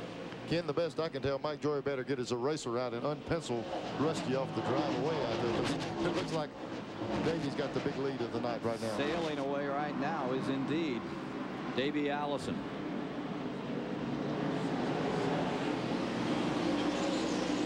Waltrip continues to run strong. He's up to that fifth spot, and he's just been hovering in fifth and sixth and fourth, waiting his time out. Looks like he's going to be around before this one's over. 3 laps or 2 laps away this time by from 150. All right. Here you see the 17 car working on the 4. That's WALTRIP closing in another time on Ernie Irvan. And Gant in the 33. 3rd, 4th, 5th. 33. That's Gant, followed by Ernie Irvan and Darrell Waltrip. I tell you what, Ken, I'm just looking over the whole facility, how it's lit up. We were questionable what these lights would do at this racetrack. It's unbelievable how lit up it is. It's almost better than daytime. We've got a guy on our side that ran a lot, played a lot under the lights. Let's go down to Kenny Stabler and see what he's got about it. Well, we made a lot about the light since we're here tonight. I'm here with a representative of Musco Lighting, and an interesting point. Their very first job in 1982 was to light the Notre Dame in Michigan game in South Bend, Indiana. This is Jerome of Musco Lighting. Jerome, how long does it take to bring this truck in here and produce light? Once we get in and get everything set up, and by the time we get it aimed on the track, it's about a 2.5-hour process per unit. Now, how do you direct all the light? You can flood, you can do all of that stuff? Right. Some of the equipment we have here, once it's up in the air, everything is remote control from the ground, pan, tilt, spot, and flood. I tell you what, guys, if you take a look at this thing from a big shot, this is a huge situation worth about $500,000. This truck, as it sits, about $500,000. Guys? It's doing a heck of a job.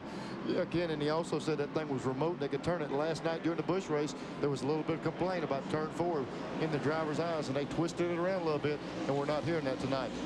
Davey Allison was one of those that was having trouble with the lighting last night. He's certainly not having any trouble at this moment as he continues out in front. The 1988 winner of the Miller 400, and he took it from the pole. Remember, that was the race that his dad started and he finished. His father gave the command to fire the engines from the hospital over in Alabama, and Davey came out here and put it on him.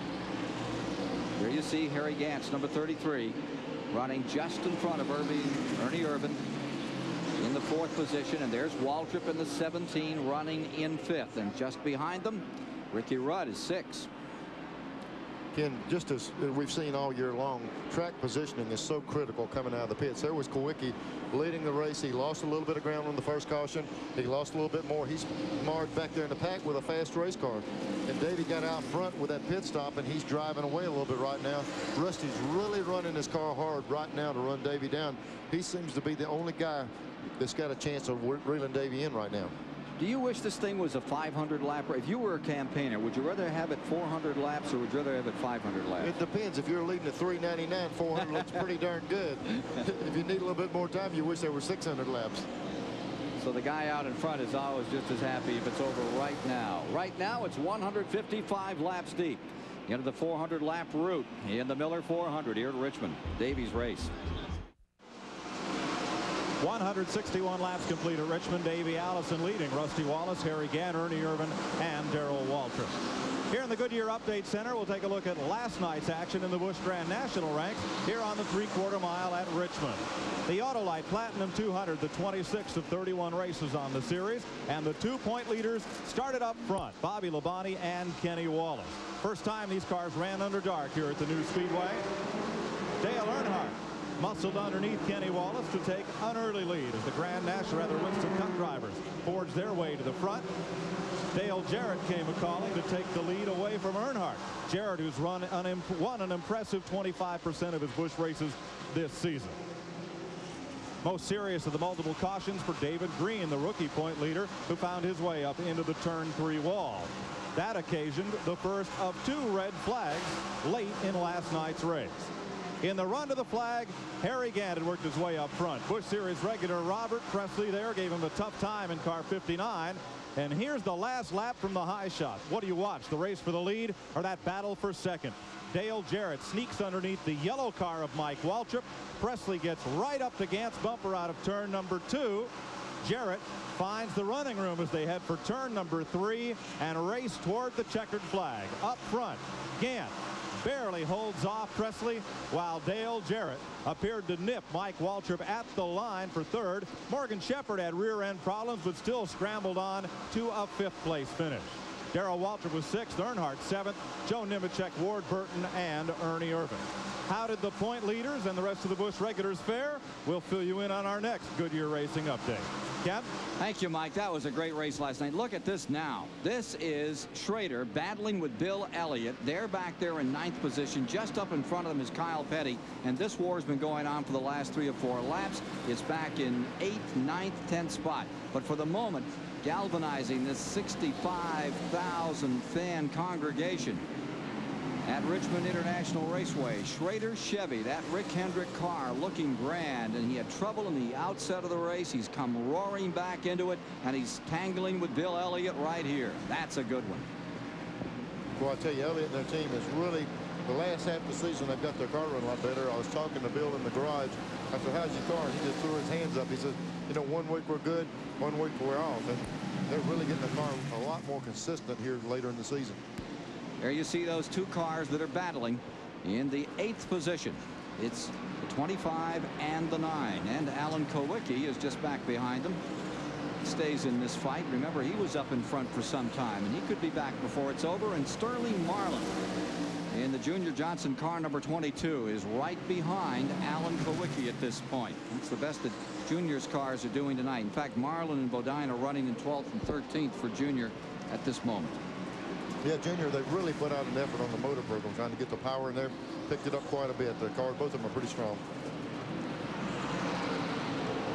I'm ready. Oh, Morgan Shepherd's car is a little bit lighter right now. This is a part of his back bumper that flew into the front of Ken Schrader's number 25. The mechanics had to take it out at this last pit stop, and you can see what they've written on it. A little sideline story from the pit. Nice that they said thanks. I couldn't exactly tell what it said, but I know what Schrader thought when he saw it coming. Look at the number 42 of Kyle Petty being challenged by Schrader in the 25. The 42 car in 8th. Schrader trying to take it away. Backstretch. This is lap 172. Kenny's made some big gains since he had that first problem early in the race. The Hendricks cars have always had good, strong engines in them, and when they get the chassis right, the thing really runs. Up to 8th goes Schrader in the 25. Bill Elliott's right there. He's closing in on these 2 at the moment. Car number 9. Ernie Elliott down there working the pits for brother Bill. And they look like they're having a really good run. Dodgers out in front of the Pirates, 2-1 in the 7th. And don't forget the game tomorrow right here on TBS Sports. There's Kulwicki trying to make a move on Bill Elliott. Alan Kulwicki's car, the 7 car, was so strong at the first of the race, it's hard to believe they've lost this much. I don't know if he's pacing himself or if he's got a little bit of problem getting in and out of the pits, but that car sure was a dominant factor early in this race. Impressive run by Elliott. Likes those big, long tracks and those high speeds, but he's looking very strong at this point. Moving in toward halfway, we'll have 175 down, 2 times by from here. Leader continues to be Allison. The 28 car stays up in front, and there he is going around Wally Dallenbach. Davey had a terrible start to this season. 4 races into the year, he had finished no better than 12th. He was back 21st in points. My, how times have changed. Yeah, Ken, even though with those bad numbers posted, he was strong in all of those races. He was in accidents at Daytona and early in the season. The car showed a lot of muscle early in the season. Now they're getting it to finish races, and it wins, and it's right up in the front all the time. 4th in points, 202 out. And here's the number 2 car, Rusty Wallace. And Morgan Shepherd sticking right there with him. Ken Stabler is used to ups and down seasons as well as changing teams. 1989 champion Rusty Wallace in the 2 car knows the ups and downs as well. And Kenny Stabler spent some time with Rusty earlier today. Rusty going into 1991. New team, great expectations. 21 races later, 2 wins, 10 top 10 finishes. Are you happy with where the team is right now? I'm pretty happy with the performance of the team. I was real happy when we first started the year. We really started off strong, and then we kind of faded. It's kind of like we lost grip of what was going on. Our progression with a brand new team just wasn't happening. And so we made a lot of changes, and we sat back and made some changes that people didn't think we'd make, and we thought real hard about what we'd done, rearranged some personnel, and we came back to win again right off the bat after we did that at Pocono. Then a third place at Michigan, then a fourth at Watkins Glen, and they were really going well. Then on the front roll at Bristol, and leading the race and lost a tire after a runner a piece of debris. And then we go to Darlington and everything's going good there. Now we're at Richmond and we're on the front row. So I'm real happy with the performance of the team. I'm not happy at all that we're way down in the points, but that's, what do you say? I call it building a new team blues. I don't know what it was, but it's getting better. Listening to your interview last night after qualifying, you said you really worked hard to sit on the pole. As a result, you're sitting there because of the sponsors? Or just... Same car ran at Darlington. After Darlington, I knew I was going to run it here. I wasn't real happy with some things. I asked the guys in the team to do some geometry changes for me. They did that. It helped a lot. We got some new brakes. We got one of the strongest motors we ever had. And we came into this race thinking that we could really run well. I usually don't qualify well. I did last night. But I've always run well at Richmond. I won all the races there was here in 1989. I've had numerous seconds and third place finishes. I think out of all the races I've run so far at this racetrack, I'm a third place average out of all of them. So I don't know why the track suits me so well, but I just enjoy it. And I did come in here kind of possessed wanting to win this thing. Rusty Wallace making a good run right now. Started on the pole, currently in second position only to Davey Allison, who stays up in front. There's Davey drawing away from the field, and for the moment he's got him covered out here. The guy that won a couple of years back looks like he could do it again. Let's go to Chris Economaki. I'm standing here with an avid fan of the race. This is Joe Gibbs, the Washington Redskins coach. He's going to have a team next year. You enjoying your evening, Joe? I'm enjoying the night, yeah. Will you enjoy it as a car owner next year? Yeah, I enjoy it as a spectator. I'm going to love being in it, but it's exciting. What are you learning by watching? Just enjoying it. Just as a fan, but next year, a car owner on the circuit. Back to you, Ken. Yeah, that's going to be a team to watch for sure. Jimmy Maycar coming with it, Dale Jarrett, and I guess they're really ready to spend the dollars. They've got NFL properties involved. Could be a very interesting year next year with that outfit running. I'll tell you what, they're buying the best of equipment. They're getting personnel organized early into this season, so they should be prepared when they come out of the box. Gibbs is an organizer. Battle for seconds beginning to develop here. Here's Ernie Irvan closing in with Harry Gant to run with car number 2, Rusty Wallace, in that second position. This at lap 185. Irvan at number 4 on the high side. Battle for second. Rusty Wallace there for the moment. And about to lose it. Ernie Irvan looking for that third win of the season with 14 cars remaining in the lead lap. And here comes Harry Gant with him. Gant scoots through in car number 33. They're beginning to change that leaderboard dramatically as Wallace fades back to Ernie Irvan and Harry Gant on the charge. Leader continues to be Davey Allison as we move toward halfway here tonight in the Miller 400 at Richmond International Raceway. From Lake Speed's vantage, this is what this track looks like at Richmond under the lights. 192 laps are down. Davey Allison has won 11 Winston Cup races, but only 2 on tracks of less than a mile. And tonight he is really running strong. Trying to pull away from Ernie Irvan, running in second spot. Harry Gant running third in the 33. And the number 2 of Rusty Wallace. And coming up to 5th now is Ken Schrader. Schrader in the 25. There you see him, top of the frame. He has moved out of turn 4. He's moved around Darrell Waltrip. Waltrip has fallen back to 6. Earnhardt is in 7th. Kyle Petty stays in 8th. Bill Elliott is 9th. KULWICKI is in 10th. And Ricky Rudd finds himself in 11th with Sterling Marlin 12th. Michael Waltrip 13th. Jeff Bodine 14th. 14 cars remaining in the lead lap. 6 laps to halfway. Yeah, Kenny Schrader, the 25 car, has probably made the biggest gain since this restart several laps ago. He's really worked his way up through traffic. I'm not so sure some of these guys are falling back as Kenny has really turned the pace up. And he's driving around them and moving to the front. I'm in Rusty Wallace's pit, and crew chief Eddie Dickerson tells me Wallace has got a problem with his front wheel. He mixed it up with Dale Earnhardt, and the toe end is out. Wallace's front wheels are pointing together rather than pointing straight ahead. It's something that they can't do very much about. They'll try to fix it on the next planned pit stop. Back to you, Ken. Chris, we made that observation earlier. We saw the lick on the right front of the car where he hung up with Dale, and it knocked. We were speculating he might have knocked the toe end out. What happens, this is the longest run we've had on a set of tires. It doesn't bother until it starts wearing the tires. You have excessive wear, and he's paying the price the longer he runs now. And it's something that can't be corrected very quickly.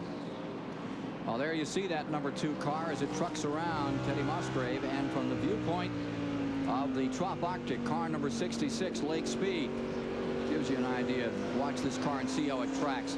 Car right in front of him is Rusty Wallace.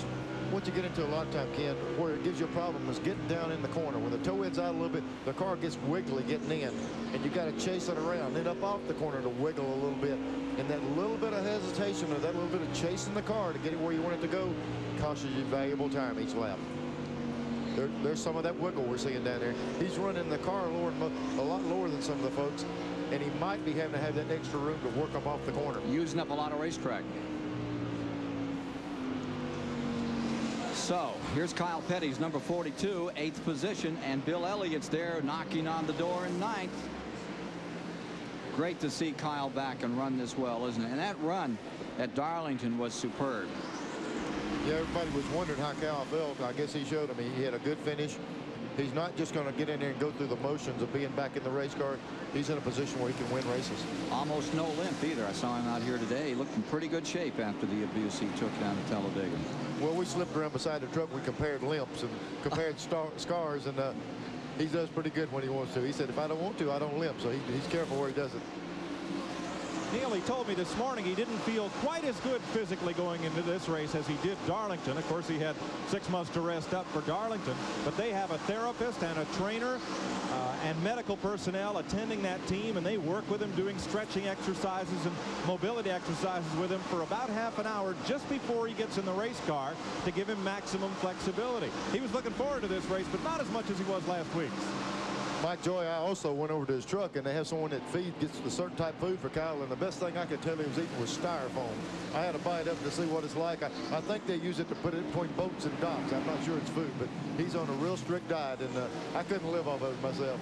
If it isn't catfish, you're not interested. No, I got to have something with a lot of calories in it to keep me going. Davey Allison stays up in first, and we have broached the halfway mark. We're at 2:02 now. We're past it. At halfway, credit Davey Allison with the lead. Give Ernie Irvan second spot, Harry Gant third, Rusty Wallace fourth, SCHRADER fifth. And SCHRADER's as quick as anything on the racetrack right now here before 65,000 fans at Richmond International Raceway. Sold out and then some. I talked to SCHRADER in the garage just before we came up here in the booth, and I said, how are you for tonight? And he said, you know, we're pretty decent. When a driver says pretty decent, the thing is usually pretty good. You know, you'll hear him say, oh, my car's doing this off the corner. But when they say decent, they got her dialed in. You just saw SCHRADER shooting through there as he zeroes in now on Rusty Wallace, trying to close on that Pontiac. Here's the Chevrolet out of the Hendrick stable of this kid out of St. Louis, Missouri, who does it so well. Sprint cars, 21 wins in midgets, even the dirt championship cars. He had a couple of victories, 4 sprint USAC wins. He really gets around anything he tries to handle. If he's got wheels, SCHRADER climbing that thing and run. And he said earlier he was going to cut back some of his outside racing, and when he cuts back, that means about 50 a year instead of about 100. You know what? It's over 80, Neil. I mean, it's still way up there. He just cut out those open wheel races. Well, there's a bunch of new cars on the racetrack tonight. One of them is not being driven by Kenny SCHRADER. He's got one of the oldest cars. That number 25, believe it or not, is the car Tim Richmond won Riverside in. Oh, God. There's a memory for you. A little one owner just driven downhill all day long. Let's go to Mike Joy. Ken, here's our Goodyear mid-race report. 6 lead changes among 5 drivers. The average speed slowed by a few cautions, 100.7 miles per hour. 6 of those for 22 laps, and only 3 cars out of the race. The attrition has been very light. Those were Larry Pearson, who went out early. Jimmy Means coasted into the garage area, and Chad Little spun. Rusty Wallace took off and led the first 57 laps. Richard Petty led a lap under caution. Then Earnhardt, Alan KULWICKI got out in front for 9 laps. Ernie Irvan led for over 50 circuits, and Davey Allison has been out in front now for about the last 70 laps or so, taking us through the midway point. Davey Allison continues to lead over Ernie Irvan and Harry Gant. Rusty Wallace running in 4th. Kenny Schrader is 5th. Darrell Waltrip and Dale Earnhardt. We'll be right back.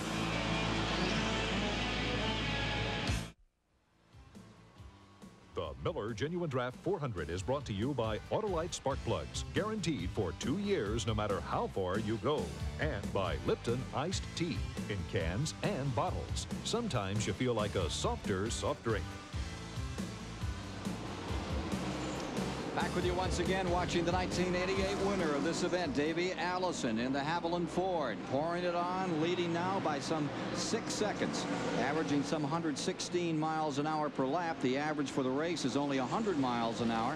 The record was established a year ago by Dale Earnhardt at 105.397. 5 cautions have told the story there. So, for these 65,000 folks, it's Davey Allison's race at the midway point. We're showing 215 laps complete. And now coming by, you see the 68 car. That's a Bobby Hamilton car, which is running some laps down in 18th position as he hits down into turn number 1 and 2. Right behind him is the number 12 car, Hut Strickland, the Bobby Allison machine. They've had an on-again, off-again night for car number 12. And Davey just put Hut down a lap just a few laps ago, so Hut Strickland is caution coming on. Yellow is on the racetrack. Yellow down. Got another car in trouble, spinning and collecting the wall up here. Trying to get it fired and back underway. Down in turn 2. Got up against the outside wall. Trying to get it refired right now. It takes the look of number 47 as it rolls back down the back straightaway. Greg Sachs out of Mattituck, New York, tears the nose of that one off. Turned it around and back driver's side into the wall. That's what really concerns people, when that left side gets into the wall. Greg Sachs had been running in 24th position at that time. Here's Allison, the leader, pulling in. Right side rubber on car number 28, taking advantage. Gant's coming in. Ernie Irvan. Gant's now in 2nd. Ernie Irvan was in 3rd with him. And Rusty Wallace, he's taking advantage of this yellow flag. Real opportunity for these top guys. So we're under caution. 218 laps are complete. Leaders are all in. And while the circus is out here, let's go outside the racetrack for just a moment to Ken Stabler. You know, we've got a great show going on out there with those 3,500-pound, 600-horsepower race cars flying around there. But when the checkered flag falls, it's going to be another show that's going to take place out here among 33 or so souvenir-type trailers. I'm in Dale Earnhardt's trailer. We've got everything from drinking cups to hat pins to knives to jackets, hats. You name it, it's here, and it's an opportunity for all the NASCAR fans to go up and take a little piece of their favorite NASCAR star back home with them. Earnhardt is not the only one represented here. Here is Alan Kulwicki's crew coming here right now and showing that they have also some memorabilia. Neil, don't you think this is a great pair of hats? Stabler, how do you get in the trailer and I'm up here on top of the building is all I want to know. Courtesy of Alan Kulwicki. Car number 7, the Hooter car. If they don't keep those girls on the outside, pit road is be pretty congested. Atlanta Braves, New York Mets. Whole story's up in the front now in that National League West battle. And America's team gets right back out at 1:35 tomorrow Eastern here on TBS. Yeah, they've got their own midway now. They have a great circus here. It's a 3-ring affair that we have out here on this 3/4-mile track tonight. But over the years, that's been developing, and now they've really got it organized, and it really is a midway, and you can get a little piece of one of your heroes, a belt buckle or a shirt. It's a great idea. We're going to be back in a moment as we get ready to resume this race. We're under caution right now with 220 laps complete. 2 laps have been run under green, 3 about to be completed, and as they came down to the start, Gant was in 1st, Wallace 2nd, Earnhardt 3rd, Kyle Petty 4th, Ernie Irvan 5th, Waltrip was next in 6th, followed by Schrader, then Rudd, then Elliott, Davey Allison. Davey Allison way back. Let's see if we can get the story here and go to Chris Economaki on what the story is on 28. Davey Allison came into the pits 1st and he came out of the pits 10th. The reason being that a lug nut got stuck in the socket of the impact wrench and caused the stop to run twice as long as it should have. He's have to make it up now. There's the story on number 28, Davey Allison, as you see him trying to make up some time, as Harry Gant in the 33 has the chance to get up and do some running for a moment. Right in front of him is Hut Strickland, and Jimmy Spencer's car, number 98, is there too. Understand that that Travis Carter, number 98, looking for a sponsor again. Tough news on that one. Back to 11th spot is car number 28, Davey Allison. Looks like there's a 30 car right here. WALTRIP on the outside of the 11th. And they said something's dragging on Michael's car. We'll see if we can see it from the camera shot here. They're having complaints from the on track that there's something dragging. If they don't get it corrected, they'll black flag him and bring him in. We can't see it from here right now. Pennzoil Pontiac, number 30, running well back present time. Still 13th position. Ken, down in turn 2, Kyle Petty got right up against the wall. He's got the car going again, but he certainly had her up against the fence. Meanwhile, car number 2, it is Rusty Wallace skedaddling and getting by and picking up 3-car length. Oh, we've got trouble down in turn number 2. Jimmy Spencer getting turned sideways right in front of Wallace. And as they get gathered up, Morgan Shepherd dives down on the bottom. A wild moment as somebody tagged the 98, got him sideways, and he almost took the leader, number 2, to the wall. That's a case of the 12 car and the 98 being a lap down, trying to stay in front. The 15 up there, he's down laps. And they were trying to maintain that position in front of Rusty, and they got together and almost took the leader out. So the new leader is number 2, Rusty Wallace, the man who sat on the pole, won this race in '89. It's a real war. Car running slowly down out of the corner, and that's Greg Sachs in the 47. We had a report earlier about Rusty the Towhound being out on the car. He was so strong early, and all of a sudden the car's back. But I think what we're going to see on fresh tires, the toe end's not going to be as big a problem as when he wears them on down. Ernie Irvin has taken over in the number 4 car, and with those lap cars out there. Now Shepherd fades high. You see the 33 car, the green and white car of Gant, has fallen back into 3rd. Waltrip is 4th. Earnhardt is 5th. Schrader 6th. Kulwicki 7th. Davey Allison up to 8th. And in 9th is Ricky Rudd. Look again at what happened over here in turn 2. This was the lap cars. Here's the 12 car on the inside up under the 98. They're coming off the corner. They're trying to stay in front of the 2 car that's directly behind them. They get hung up coming off the corner. This is going down in. This is on the front straightaway leading down in there. They get together going in the corner, and it takes them all the way off 2 to get them straightened back out. And there's Rusty Wallace on the inside leading the race. Spencer did a heck of a job straightening that car back out after they got that. So I drove Rusty completely down below the yellow line on the flat surface off the racing surface. And everybody is on the binders a little here, and the 15 Morgan Shepherd moved right back into that hunt right there. So here's the situation for the moment. You have Wallace in the 2 car out in front. Urban is running 2nd.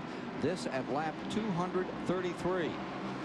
Harry Gant staying in 3rd, but Gant is having rear view mirror full right now of the 17 Waltrip, and directly in front of it are a lot of lap cars, as you can see going down here. Hut Strickland and the Jimmy Spencer car, the 98. Meanwhile, take a look here. Here's that 28 and the 25 leaning on each other a little for 6th spot. The number 3 is in 5th, Earnhardt. On the outside, Ken Schrader. He's been aggressive and strong all night. He's been really fun to watch. It's great to come out and focus on a car, to find one and bring him on up through the field. And Schrader has given these folks something to really take a look at. Here he is in tight traffic. The 28 down on the inside, getting through to 5th now.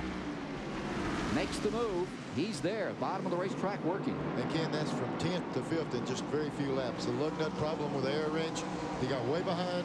He just showed a lot of strength driving under those cars and just taking the lead. And then look at him pull away as soon as he gets out there. And Haviland Ford zeroing in now on the 4th place car, number 17 Waltrip, directly in front of him.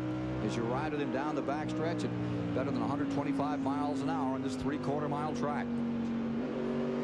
Wallace stays 1st, Irvin 2nd, Gant 3rd.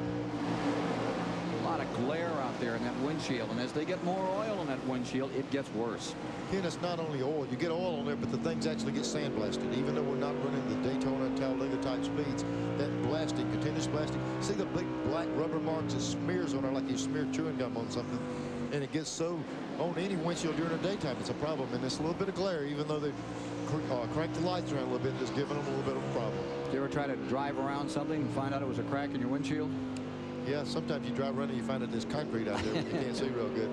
Here you see Davey Allison still working, and Spencer stays right there from Lake Speed's Trop Arctic car. There's Hamilton directly in front of him. Hamilton in that tremendous war with Musgrave for Rookie of the Year honors this year. They've swapped it back and forth, swapped it again at Darlington. Seems like every time we get a battle going, there's something happening. The guys stay within very few points of each other. And here we are on a night where Earnhardt's off some, Ricky Rudd's off some. They're right back there mixing it up, and they're in the points battle too. 18th position is that Pontiac Lake Speed, the Cale Yarborough racing team, and directly in front of them is Bobby Hamilton's car. We heard last night during the Busch race that the spotter was really helping them out. That little bit of blindness right there, that little bit of hesitation. We got a car spinning down the main straightaway. It is Michael Waltrip loose, coming across the start-finish line, bottom of the racetrack, no flag out. There is no caution being shown. We've had 6 cautions to date, but that was not one of them. Both he and earlier Dale Earnhardt have spun down out of turn number 4. Michael Waltrip in the Pennzoil Pontiac continues on his way. Look again at what happened to Michael Waltrip here. He's already got the car turned around coming off turn 4. Thing makes a 360, not backs back around and heads in the right direction. Shifting gears right here, grab another gear. Let's try it one more time. Head off down to turn 1. 13th position was Michael Waltrip when things began to break loose on him. I know when you go to Bob Bondurant's, a lot of these drivers, and I think Mikey did also, to go out there and learn road racing, he teaches you the 360 spins, and Michael was able to use a little bit of that tonight. Davey Allison zeroing in on the front 3. Wallace leading, Irvin second, Harry Gant third. 243 laps are complete. Ken, we were talking just a while ago that Davey was closing in on Darrell Waltrip. He drove by Darrell and put several car links on Darrell in just a couple of laps. So he is really flying up. His next one in line up there's Gant, and he's eating him alive right now. 7 lead changes among 7 drivers thus far in this fracas. You see Morgan Shepherd's number 15 laps down. His car number 15, the Bud Moore car tonight, not having a good run here, being shown 14th. In fact, he's right on the bubble. He is just a lap down. Here's Waltrip in the 17. He's being shown in the 6th position. Darrell, you have any problems with the lights here at Richmond? The lights are in your eyes coming out of turn 4. That's the biggest thing. It's got a real bright spot as you exit turn 4. There late in the race when I was racing Harry Gant, I couldn't see Harry coming out of the corner, and it wasn't because he was too far away from me either. Just got a blind spot there. Otherwise, track conditions didn't really do anything unexpected. The track stayed fairly comfortable, fairly tight, and we were able to run a little bit higher last night than I think we maybe could have had if it had been a daytime race. So a couple of little things, but not a lot. Ken, and they're referring to the Busch race last night. You know, like we were talking about, a lot of the Winston Cup drivers ran that race, and they learned some things last night that they were applying to the race tonight. There's that SCHRADER car moving in on Waltrip. He has to be real concerned here if he wants to start to move into this thing. Better than halfway, coming up on 250 complete in a couple of laps. Waltrip stays in 6, but SCHRADER in the 25. Now they both have Hendrick motors. Randy Dorton takes the credit for the 25 motor, and it just says Hendrick Stables on that motor in the Darrell car, number 17. But every now and then I see Randy Dorton hit under the hood of Darrell's car. So Darrell made the deal when he put his team together to purchase all of his engines from Hendricks, and that's the engines that won races for him. So Hendricks is giving him real strong power plants. Closing in again, SCHRADER. Jimmy Spencer's 98, a lap car just barely in front of them. Spencer's running 17th on the field. There you see him, and then you see the Waltrip car in 6th, Schrader in 7th. Swap up in front. Give that 3rd spot to Davey Allison now in the 28 car. Gant falling to 4th in the 33. It continues to be the man who's set on the pole. There's a $120,000 bonus if Rusty Wallace can pull it off tonight. Earlier this week, Ricky Rudd, currently 12th in the race, received the Commander's Performance Award. And here is Colonel Ron Hall to make that presentation. Go for it. Thank you, Ken. It's a great pleasure to be back at Richmond for another Air Force Reserve Commander's Performance Award. And with me today to receive this very special award is Mr. Ricky Rudd, currently 2nd in the NASCAR Winston Cup Points Series, having a close race for 1st place with Dale Earnhardt. We wish you the best of luck, Ricky. I know that finishing in the top 10 13 times already this year has pleased you very much.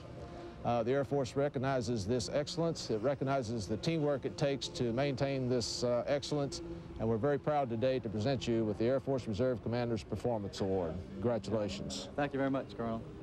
Just like to thank the Air Force for this award, and the Armed Forces, everything they've done, not only for me, but for this country this year with everything going on in the Middle East like it was this year. These guys in the Armed Forces, they're my real heroes, and it just makes me proud to be able to accept this award.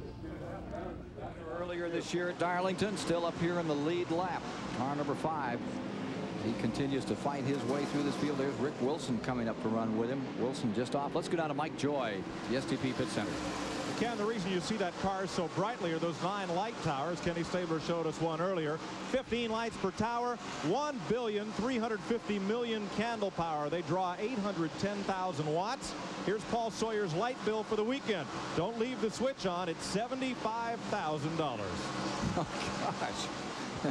And my wife gets on to me for leaving the one in the garage on. But that's just keep burglars away, right? No, it's because we work on race cars all night.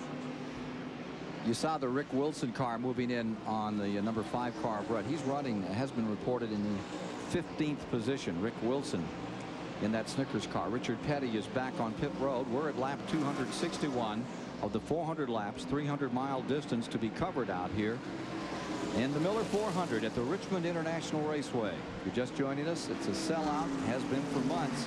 65,000 strong here in the heart of the Confederacy and the heart of stock car racing country as you watch car number 94 clamber up through. Haven't had a call on Terry Labonte much tonight. Here's Lake Speed's Trop Arctic car. Car number 66 having a good run at the present time. He's in 17th position at this moment. And just ducking by him on the outside comes Jimmy Spencer another time. Here we go, Ken, down in the corner. We're going to see what the lights. There's the glare. Well, that's Darrell Waltrip up here right in front, a little bit ahead of this.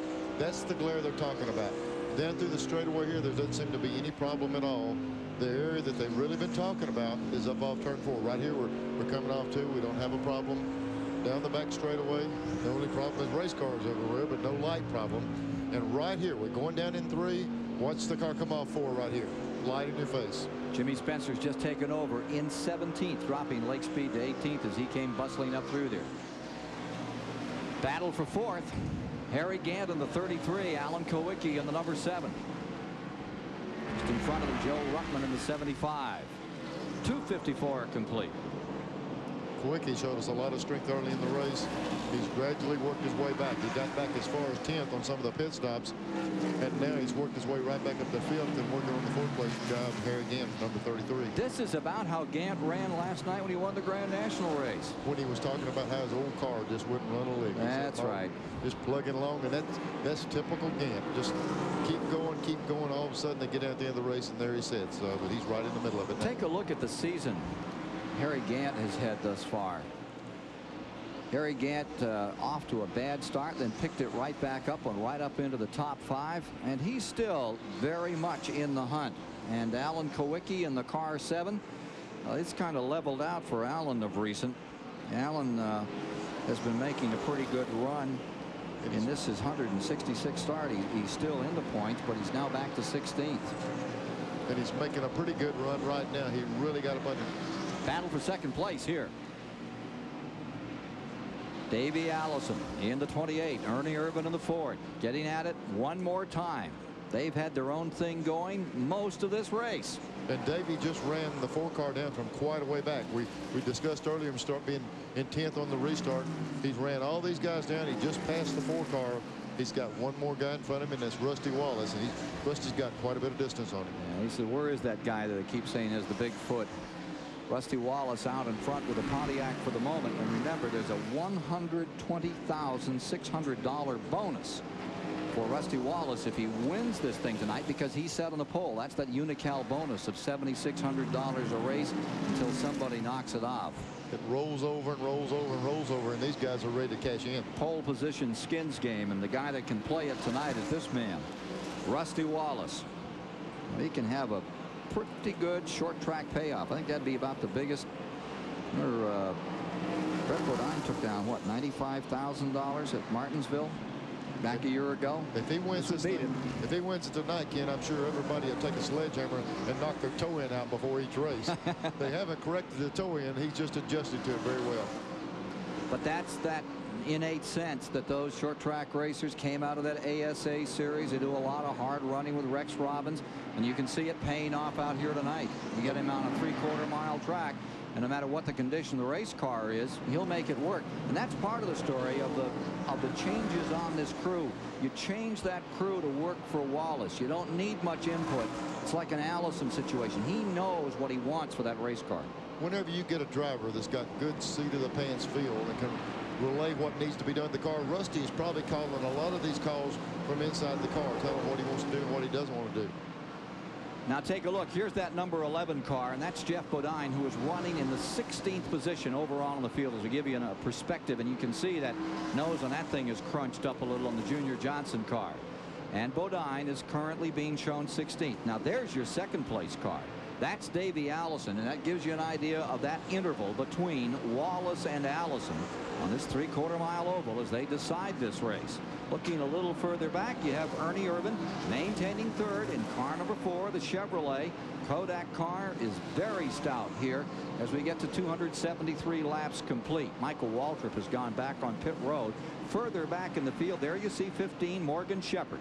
He's in 13th position, and he's running 1 lap down at the present time, Neil.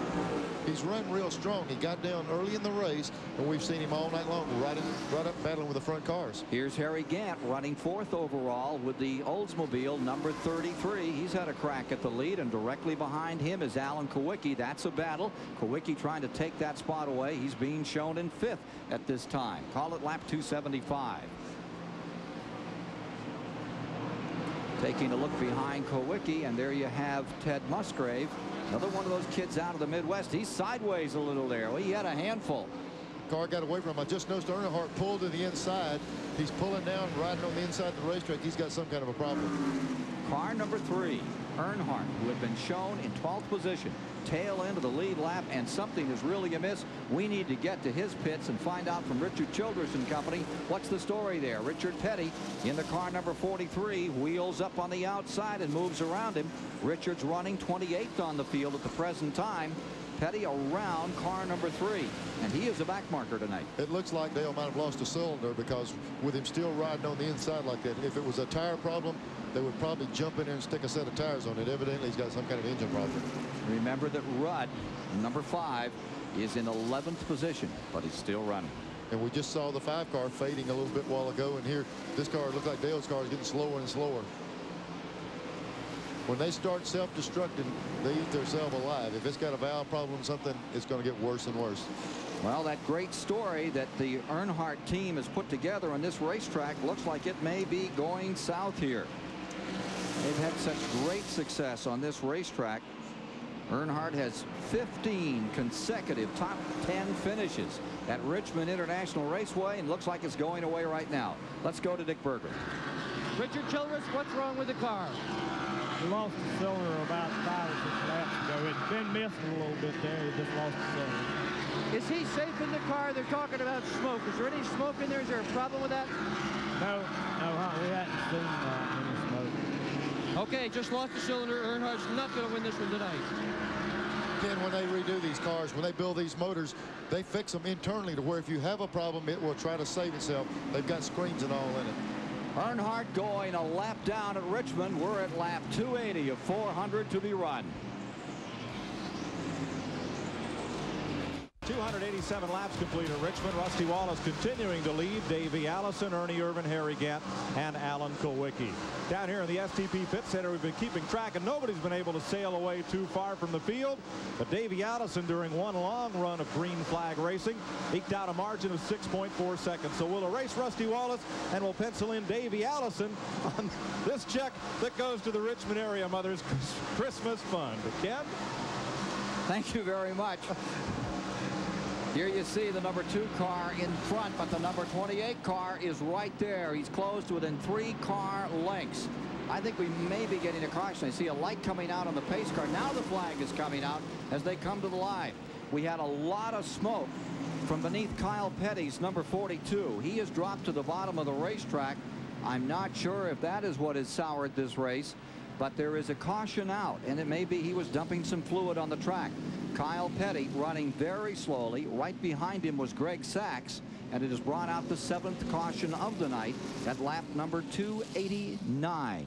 289 complete. Kyle had a real good thing going in 12th position, staying in the lead lap. He grazed the wall out here. Let's take a look and see if we can, maybe some parts and pieces left. Yeah, got it up against the wall, up in the loose stuff, and it's hard to see the stuff flying off the back. Is just debris. That's off of turn 2 over there. A lot of fire flying up, but something dragging out of the car. Some pieces. parts came off. Yeah. Looked like it might have been part of a brake rotor come off the car. Well, there was some smoke right after that coming down the chute. Make you think that maybe it's something had gone amiss underneath, but not the case. Let's go quickly to Dick Berggren. Leaders in the pits right now, and this is to stop. Rusty Wallace really wanted to adjust the front end of that car. The toe in still is not right. They really need it. They did not want to take the time it would have taken to do it. They have not adjusted the front end so far. They've changed 4 tires. Rusty's gone. Car's still not right. Let's go to Ken Stabler. Ken, I'm standing here with Kenny Bernstein. Kenny, I know that you're heading up a fundraiser for a terrific cause. Can you give us a little rundown on it? Yeah, real quick, it's the NASCAR drivers versus the drag racing stars. September 17th, Tuesday night in Charlotte Knight Stadium. We played last year. We happened to beat them. This year, I know they're going to come back strong. It's for J.D. McDuffie and the Miami Project. We appreciate people coming out. Well, those guys, they play softball a lot like they drive. Don't they kind of wide open? Let me tell you something, they're tough and they're young. A great cause. Kenny Bernstein, racers helping racers, people helping people. Who did he say was young? That's what I didn't get. Was it the NHRA group or the Winston Cup group, Neil? Well, it kind of goes up and down. There's young and old on both sides. I met John Forrest, and I think a couple of our guys rolled him over playing catcher last year, and he's wanting to get back even with us. They made a lot of money last year with that. It was a great cause, and it was really well done. For Darrell Gwynn last year, and this year for McDuffie and the Miami Project. For the moment, after these pit stops, it is Rusty Wallace being shown up in front. Second place is being shown as Davey Allison with Ernie Irvan in 3rd, Harry Gant in 4th, Alan Kulwicki in 5th. We'll take a break and then be back for the restart here at Richmond International Raceway. Here's where we are. 294 in the book. Field is under caution. It's the 7th one of the night, picking up some debris of Kyle Petty's car. 3 cars came down pit road a little too quick. They were 28, Davey Allison, 17, Darrell Waltrip, and the number 2 car, the leader at that time, Rusty Wallace. Now 2 of those cars have been brought in. The 17 is still out there. So that gives up that lead for Rusty Wallace. Let's see if Darrell's motoring down through. Ken, I think he came in the lap prior to the it. 2 guys coming. So we got them all in. He's still up. Pretty good shot here. Here come the lap cars down to the bottom as we get ready to go racing with Ernie Irvan in front, Harry Gant in 2nd, Alan Kulwicki in 3rd, Schrader is 4th, Elliott is 5th. You still see that 17 up there in 6th. Yep. Now, another situation, Mark Martin is back out. He's running 47 laps down. They say he had a burned throttle cable, Neil. Burned throttle cable. Had to be replaced. The only thing that could be was getting on a header or something real warm up in that area. It's very seldom to see that happen. Throttle sensor got burned off too. We've still got the telemetry for car 6. Camera got burned up. Ernie Irvan down into turn number 1 with car 4 back in front. Second spot is Harry Gant, and third is KULWICKI in the number 7. And there goes KULWICKI down to the inside of the number 7. As they work that lap, car number 15, Morgan Shepherd, directly in front of them. Alan KULWICKI. They try to split him, and it's KULWICKI getting second spot. Ken Schrader lying 4th in that collection. And there are some lap cars. Morgan, for one, still trying to get his lap back. He's fighting for it. He's running 11th, 1 lap down in the Bud Moore number 15 Ford. Ken Gant won here last night like we were talking about, and he's keeping himself in contention all night long, making a move on the lap car number 15, trying to go with KULWICKI through the opening. 51 years, 240 days or something. Your oldest winning driver in Winston Cup, and doesn't he look grand? Gant to the inside. And the Denver, North Carolina campaigner out of turn number 2 and goes looking for KULWICKI in the lead in the second spot, and Ernie Irvan in the lead. Is there something about older guys doing good in sports nowadays? We've been seeing Jimmy Connors the last week really performing well, and here's Gant coming off of Talladega, winning last night with a shot to win again tonight. Kyle Petty coming back on the track as they scoot around him over in turn 2. Kyle is back out once again after that brush with the wall. Irvan now has a 2-3 car length advantage. 300 laps are complete. 300 down, 100 to go. Richmond International Raceway, a Saturday night special. Great shootout, and here's how the race has gone. Wallace getting out in front early. Richard Petty under a caution taking the lead. And Earnhardt dominating for some time. Alan KULWICKI got a shot at it. Ernie Irvan. Davey Allison came up and led for a bit. Then following that, Harry Gant got a crack at it, followed by Wallace. And now it's Ernie Irvan's race to win. 301 are complete. From 294 to 391, it's been Irvan in the number 4 car. And big story is Earnhardt having problem. Looks like his car swallowed a cylinder. Look at Davey Allison down there, and Jimmy Spencer shooting right along the outside. There's Dave Marcus's 71 right in the midst of that. He's running 21st in car number 71. The hard thing to do right now, Ken, is Davey had a car that came from way back in the pack, got right up there in contention for the lead, penalized. He's probably a little bit hot right now. He's going to have to just really use some caution getting to the front. He's still got a chance to win this race. Front 3 collected in turn 1. Irvan, KULWICKI, Gant. And here comes Alan KULWICKI to the inside, going for turn 3. Nudges it down to the bottom of the racetrack. Nestles that number 7 right down in that low groove. The 4 car's shown a lot of strength on the outside of the racetrack, but KULWICKI's got preferred position right now. 4 car looked strong out of 2 earlier in this race. Remember, he'd always come out of 2 and have that little hop. Jump that thing back in front of that Ford. When they handle down the straightaway, they're a lot of fun to drive. Top 3. Here comes KULWICKI back on the inside in this battle for the lead. 305 laps complete. It's a tremendous dice for first place. And poor old Harry Gant just kind of biding his time right there all over the 2 of them. Alan KULWICKI, what do you think the key to victory is here at Richmond tonight? I think handling's the key. I think you've got to be smooth and consistent, be there at the end. We've had a fast car here a lot of times. Won the pole a couple times, led a lot, but I haven't won here. Just have to be handling well with everything intact at the end of the race. This is the same car in which he won Bristol. This car number 7. And Neil, that is a strong racer. It is, Ken. There's really no comparison between the 2 racetracks, but a lot of time you'll get a race car that'll work anywhere it goes. I'm sure he brought it here because it's one of his favorites. That battle for the lead has him standing up here all around this Richmond International Raceway as KULWICKI leans on Ernie Irvan at number 4 out of 2. Sometimes they drive better with 8 wheels on them. Here's Ernie Irvan again down that back straightaway. He seems to have the advantage, and Harry Gant stays right there. 3 car dice for the lead. Watching all of this, Schrader back and forth. Schrader is about a quarter of the track behind this trio, battling for the lead. Once again, KULWICKI to the inside. Ernie Irvan on the outside. Ken, I think the guy in the driver's seat, these two guys running side by side are using up a lot of tire.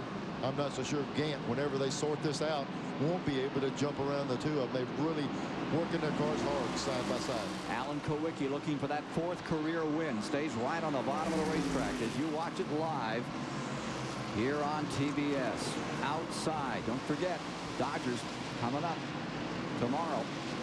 I'm worried about these guys dodgering each other right That's here. right. You got to be a Dodger out here right now. You're going to be in big trouble. Ken, they're running so close, they remind me of one of my favorite Saturday night short track public address lines. They're so close you couldn't slip a shadow between them. I think Chris Economaki said that 50 years ago, Mike. How are we supposed to remember, Ken? Here's that 7 car getting covered for the moment, and here comes Gant, just like you said. Again, however, that inside groove as they dive down, that seems to work for just a moment in turn number 3 for Alan KULWICKI. Then out, oh, a hard hit, and here goes KULWICKI. Out of control. Gant gets taken out. The front 3 all down. A break for SCHRADER. Here's SCHRADER dodging through. Ernie Irvan is underway. Caution is on the track. How about that? Oh, my heart. The front 3 getting collected in turn number 1. Gant kept going out of that deal. He was one that kept moving. I don't know if he's hurt or not. You could almost see it coming. You know, they're running so hard, so close together. And again, how fast do you dive into turn number 1? About 130 miles an hour. Take a look again at what has just happened at lap 311. This is nothing uncommon. We've seen this lap after lap after lap. They're trying to maintain as low a position as they possibly can. The right front of KULWICKI's car got in the right rear. He tried to turn the car left, backed it around. Morgan Shepherd trying to get a lap back, nails the 33 car Gant. Gant spins out of this, shifts gears, and actually keeps going. And there goes SCHRADER right down among them. Take another look from another angle. Here we are. We see the contact getting in the corner. Right here they touch a little bit. KULWICKI cranks the car left to try to get off of him, but it's too late. They've already, right at that particular point, you could reach over your finger and turn the guy around. He's got his car so far down in the corner. Gant gets in the middle of it. As you said, SCHRADER comes through, but the amazing part about it, Gant car, he did a heck of a job of driving or had both eyes closed, but he straightened her out. Oldest Saturday night story in racing. He came up on me, he came down on me. You've heard that forever on a short track on Saturday night, and it's happened to the leaders here at Richmond. We'll be back in a moment with more.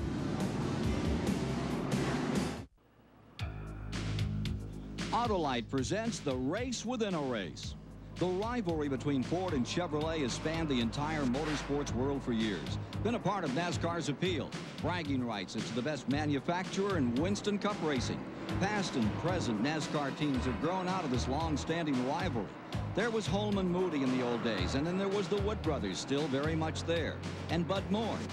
For Chevrolet, there was Junior Johnson, and currently, Richard Childress, and a guy like Rick Hendrick. Certain drivers have been synonymous with manufacturers. Like in the old days, the Golden Boy, Freddie Lorenzen for Ford, and a guy like Parnelli Jones out there at Riverside, and David Pearson, the Silver Fox. Ned Jarrett drove for Chevy and for Ford. Chevy drivers included Darrell Waltrip and Rex White. Chevrolet and Ford have fought for NASCAR's Manufacturers Championship for 42 years. Chevy's won the title 20 times to Ford's 9.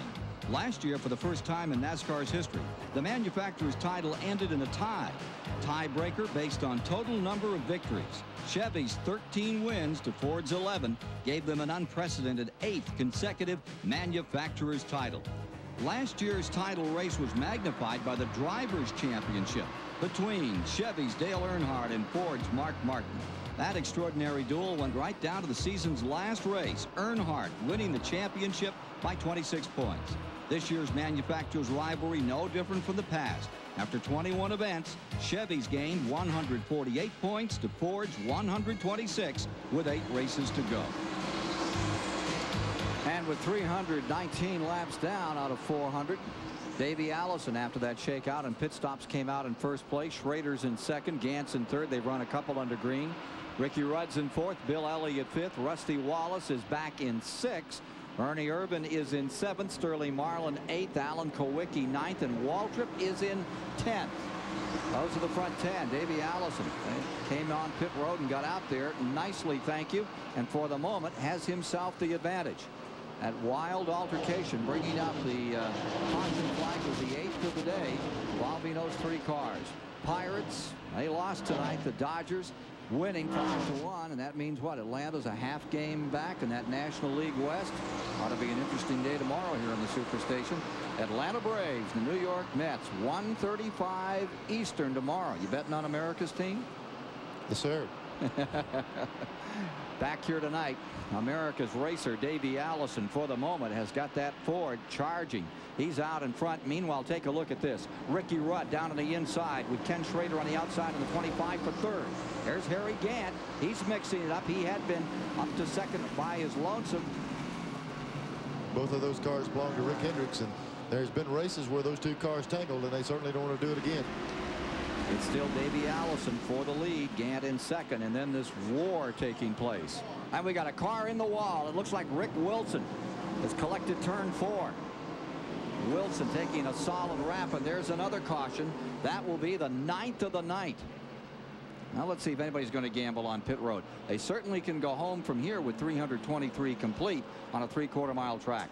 I wouldn't think they would come in, Ken. They just ran about 4 or 5 laps on these new tires, and that's just something to scuff them good. So I would think the leaders would possibly stay out. Waltrip, however, back in 10th. He has nothing to lose. He might come in here and see if there's something more he can do to finesse the 17 car. Leader continues to be Davey Allison, then the 33 car. That's Harry Gant running in second. The battle, and it was a big one. Ricky Rudd, Ernie Irvan, Ken Schrader. Let's go to Mike Joy quickly at the STP Pit Center. Ken, in our first Goodyear Racing update, we told you that Harry Gant won last night's Busch Grand National race over Robert Presley. Let's explain to you how the point chasers fared. Bobby Labonte led Kenny Wallace by just 1 point going into last night's race, the 26th of 31 races on this year's tour. And they started right up front on the front row. Labonte had his 3rd pole of the season. Kenny Wallace started on the outside pole position. They ran up front early in that race, but it was a tough night for those 2 point chasers. There they are, Labonte on the left. Here he is on the left again with Kenny Wallace on the right. 3rd place point man Jimmy Hensley, first time out on the Goodyear radials. Jimmy had a tough twirl coming out of turn number 2. You're watching inside Hensley's car as he goes around at turn number 2 and spun. He got back on the track and recovered to finish 14th. Defending series champ Chuck Bown ended up in this melee out of turn number 2, and he finished the night in 29th position. Bobby Dotter lost a drive shaft. There's Bown going out with rear end trouble. He came back. Bobby Dotter lost a drive shaft. Kenny Wallace ran over it. That ruined the handling on his car, and he finished 15th. 44. Bobby Labonte got into a tussle with Ernie Irvan on the last lap of the race. Labonte had already been 1 lap down, and Labonte ended up in 16th position on the day. So what happened to the battle for the Busch Championship? Here's how they went into the race. Labonte leading Wallace by 1 point, Hensley, Bound, and Joe Nemechek, who did have a top 10 finish. After the night, Kenny Wallace flip-flops and goes back on top by a mere 2 points. Rest of the separation looking down the top 5. Nemechek there moves up in the points just a bit.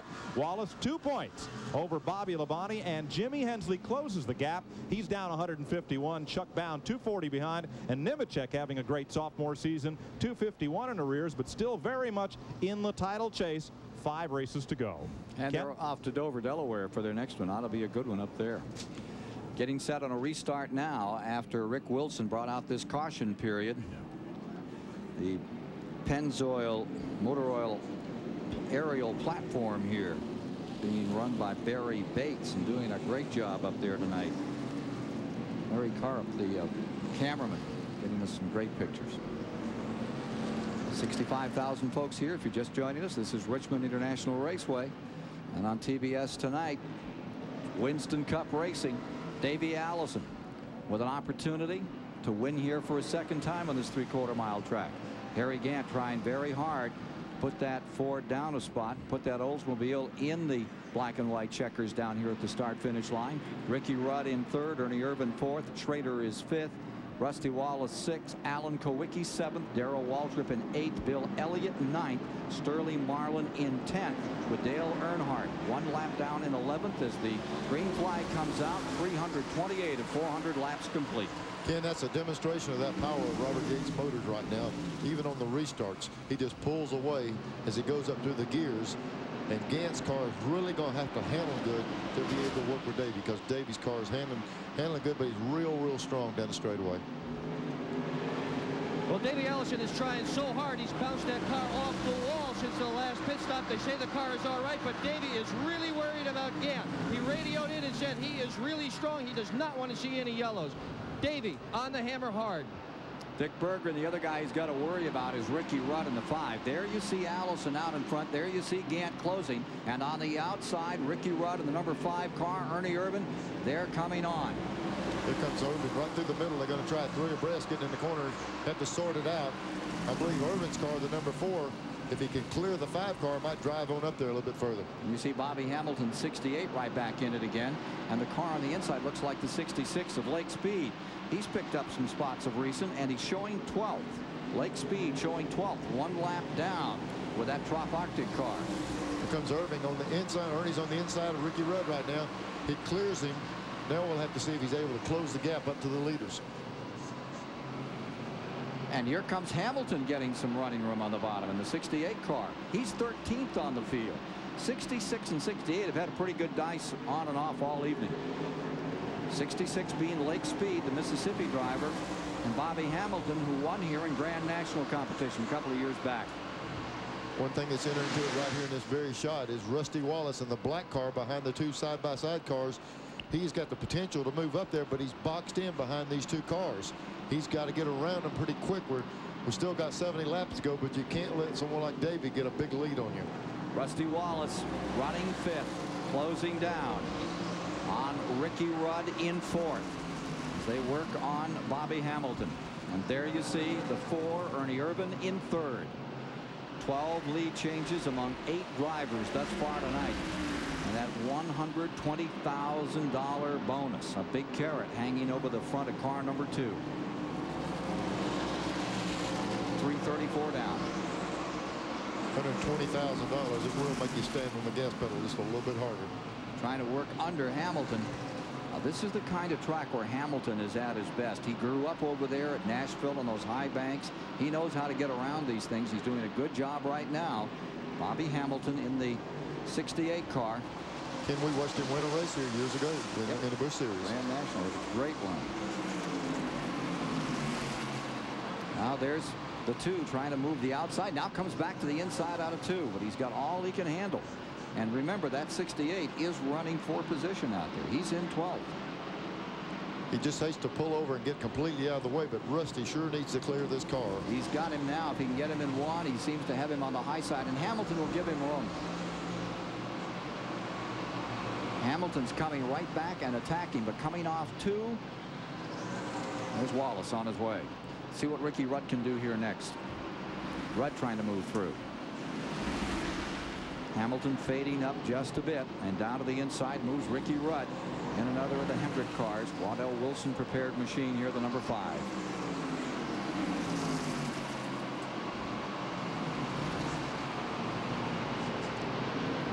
Rusty's able to put a little bit of distance away now. But while this was happening, they really pulled, the leaders have pulled out probably a quarter of straightaway on them. Let's follow Mark Martin with that telemetry on board. Remember, he is many laps down. Gives you an idea of what he's still cranking out there, just touching the brakes for just a moment. Ford Electronics giving us an idea of what it is to run on a 3/4 mile track like we have here at Richmond. It's been a real help. That car damaged like it was early in the race. We were seeing 82 and 8,300 RPM. He turned about 81 down through there then, so the car's still got a lot of strength in it. Well, this car is going to look a whole lot different next year with Valvoline livery, and if you think it's cheap to change the look of these cars, think again. Just the uniforms alone on these teams are worth about $50,000. Mark has got to paint 2 trucks. It's going to cost them about $15,000 each. They've got 14 cars to paint. Takes 3 days to do one of them, so that's about a month and a half worth of car painting. Decals about $350 a car, $5,000. Jack stands, pit boxes. It's going to cost them about $100,000 and over 2 months worth of work just to change the look of this car to Valvoline. Running 33rd right now. Now here's Rudd still trying to move around. Bobby Hamilton in the country time number 68. The old Tide machine. That Tide is not rolling over that car 68. I don't know what happened early in the race that Hamilton got behind, but whatever it was, if he could stay in the lead lap, he'd be right up here in the thick of it. Up in front, Davey Allison with car number 28. Beginning to feel a little pressure here. Harry Gant at number 33 is closing in. Harry, winner at Talladega, winner at Darlington. This guy can run, and look at him close down one more time. He may be the oldest winning driver in NASCAR, but he doesn't mean to just end it with those 2 wins already. He wants this one tonight, and he's getting ever closer as we get to 343 laps complete. There's your battle. It's a Ford out in front, and it's car number 33, the Oldsmobile of Harry Gant, in second spot, just 2 car lengths back. Now car number 2 is moving in. Rusty Wallace going to the inside as he tries for 3rd spot on number 4, Ernie Irvan. Looks like Ernie's having to take a higher line at this point. Kenny's ran up there a little bit, just the least bit higher than any of the other cars the rest of the night, but he's been able to perform well there. But Rusty, if he leaves that door open, Rusty's going to try to take advantage of that. Dives down to the inside, making another shot at it as they come out of turn 4. Rusty Wallace is there, wheel to wheel, going for 1. Rusty Wallace. Now watch what happens in turn 2. Ernie Irvan has in the past just got himself an advantage off that second turn, and he's done it again. Ken, that momentum, just standing throttle a little bit quicker on the outside, and Rusty having to really turn the wheels down tighter. The front end of the car binds up, and he can't get off quite as quick, but he's got a good shot on him right now. 3rd place at stake here. Those are the leaders. Allison in 1st. 11 Winston Cup wins, and now here's that battle again for 3rd. Wallace stays there. Here comes to the outside. Irvan in the 4. Has him going into 3. Coming out of 4. Watch Wallace pour it on another time. Boy, they're just battling away. And here's the lead now for 1st and 2nd. Here's Gant and Davey. Gant's got a nose up under him. Gonna have to see if Davey can drive that outside lane as good as the 4 car was a while ago. We heard a lot of the drivers mention Harry's not real aggressive. He's real smooth. And right now he's worked himself right up there in the thick of it and got a real good shot to win this race. You're seeing right now why this track reminds us a lot of a mini Michigan. Not only is the front stretch rounded, kind of D-shaped, but the car on the outside coming off the corner will have that momentum at Michigan as well, and often beat the car on the bottom back to the line.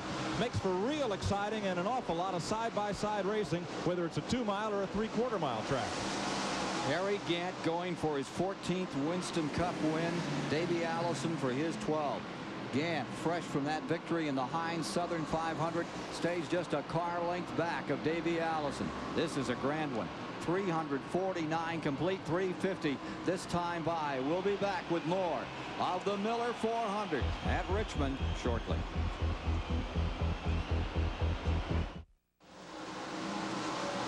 .45 laps to go at Richmond, Virginia. You see how beautifully this 3/4 mile speedway is lit.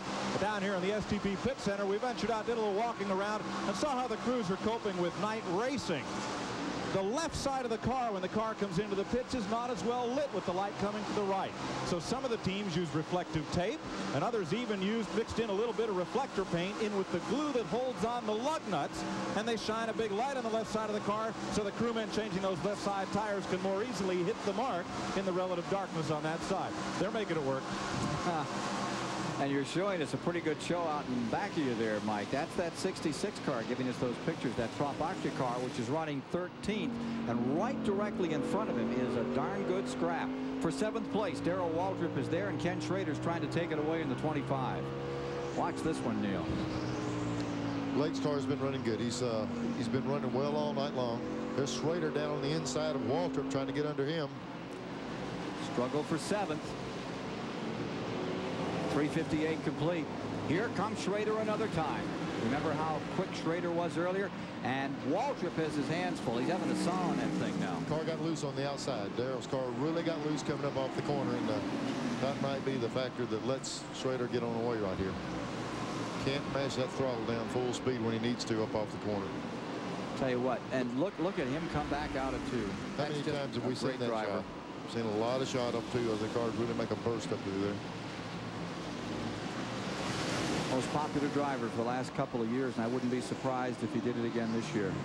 His remarks about J.D. McDuffie over at Michigan really got to the heart of the matter, didn't it? It sure did. I spoke for a lot of people. Here's your battle for the lead. Allison in first, Gant right there in second. Any other cards to play? We're going to find out in a moment. Here's Chris Economac. I'm here with Andy Petrie, Harry Gant crew chief. What's Harry saying on the radio? Can he take him? Well, he's not saying anything. I think he's working pretty hard trying to get by Davey right now. He's got his hands full with Davey. I don't know if he can beat him or not.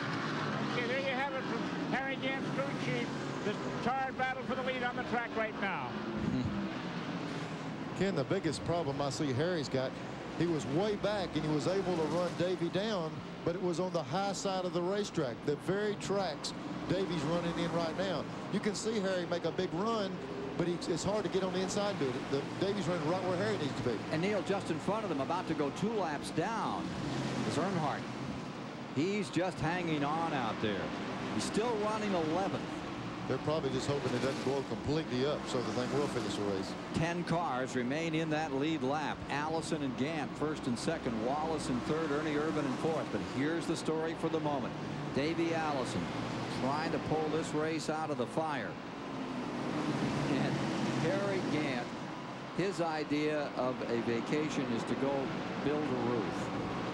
He's a rocker, you know. You think of him as an older gentleman.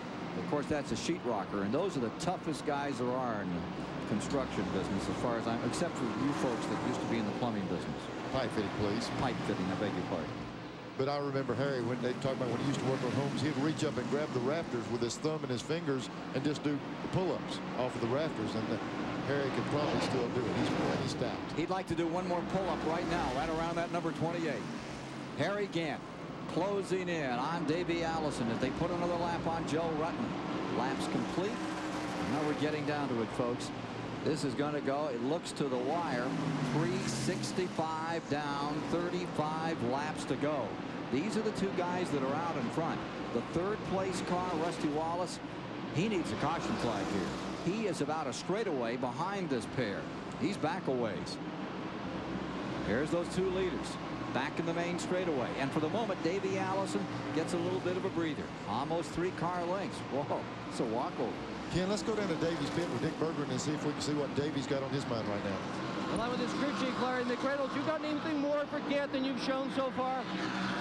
Dick, I really couldn't understand you. Right now, we're a little bit loose off, and Harry knows it, so he's going to try to keep him loose, especially on the exit of the corner. It's one of those catch-22 situations. As long as we can stay out front, we don't need a caution. Obviously, if Harry gets by us, we do need one. Got about 30 to go. We just have to see what happens. A lot of tension down here. When he says Harry knows that Davey's loose, he's going to try to stick the nose of that Oldsmobile just as close as he can to the back bumper of that Ford. If he can keep that bumper shoved up under the back of Davey, he's going to create even more looseness on his car. So he's got to keep the heat on Davey. If Davey can break away a little bit, he's going to be all right. But Harry's going to try to keep the heat on. Take a look at the interval between the front 2 and the car running in 3rd spot. There he is. Rusty Wallace, the man who sat on the pole, who has $120,000 in the balance. Extra dollars if he can pull this one out. But he really needs a caution here. Best I can tell us about $10,000 a car length where he's at right now. 4th spot is Irvin. 5th spot is Rudd. And take a look at this battle for fourth. Here's Ernie Irvin now under pressure from Ricky Rudd in the number 5 as they put a lap on Brett Bodine in the Kenny Bernstein car. Pretty hard to deny any of these guys tonight the way they have driven. This has been just an outstanding race from the beginning. Here's Irvin and Rudd still at it. This is for fourth. Behind them, Alan Kulwicki, who had his opportunity to lead for a bit. He's in 6th. Waltrip 7th. Schrader 8th. Bill Elliott in 9th. Sterling Marlin in 10th. Earnhardt gone a couple laps down now in 11th. Bobby Hamilton behind him in 12th. Lake Speed is 13th. Rick Wilson 14th. Jimmy Spencer in 15th. Jeff Bodine 16th. Derek Cope is in 17th. And it's Brett Bodine 18th. Terry Labonte 19th. And Hud Strickland in 20th. We'll take a commercial break here and then settle down for the finish of this one as it's getting down to show and tell time at Richmond International Raceway. 377 of 400 laps are complete. And here's Harry Gant doing what he does best, wearing out the kids. He's been all over Davey Allison for the past 5 laps. High side, low side. Just keeps throwing those pitches as if he is going to try and make a pass, then stays right there. Twice he's pulled up right alongside. Hasn't quite got by. In turn number 2 at Ford, pulled away from car number 33, that good old strong Oldsmobile. What a great battle.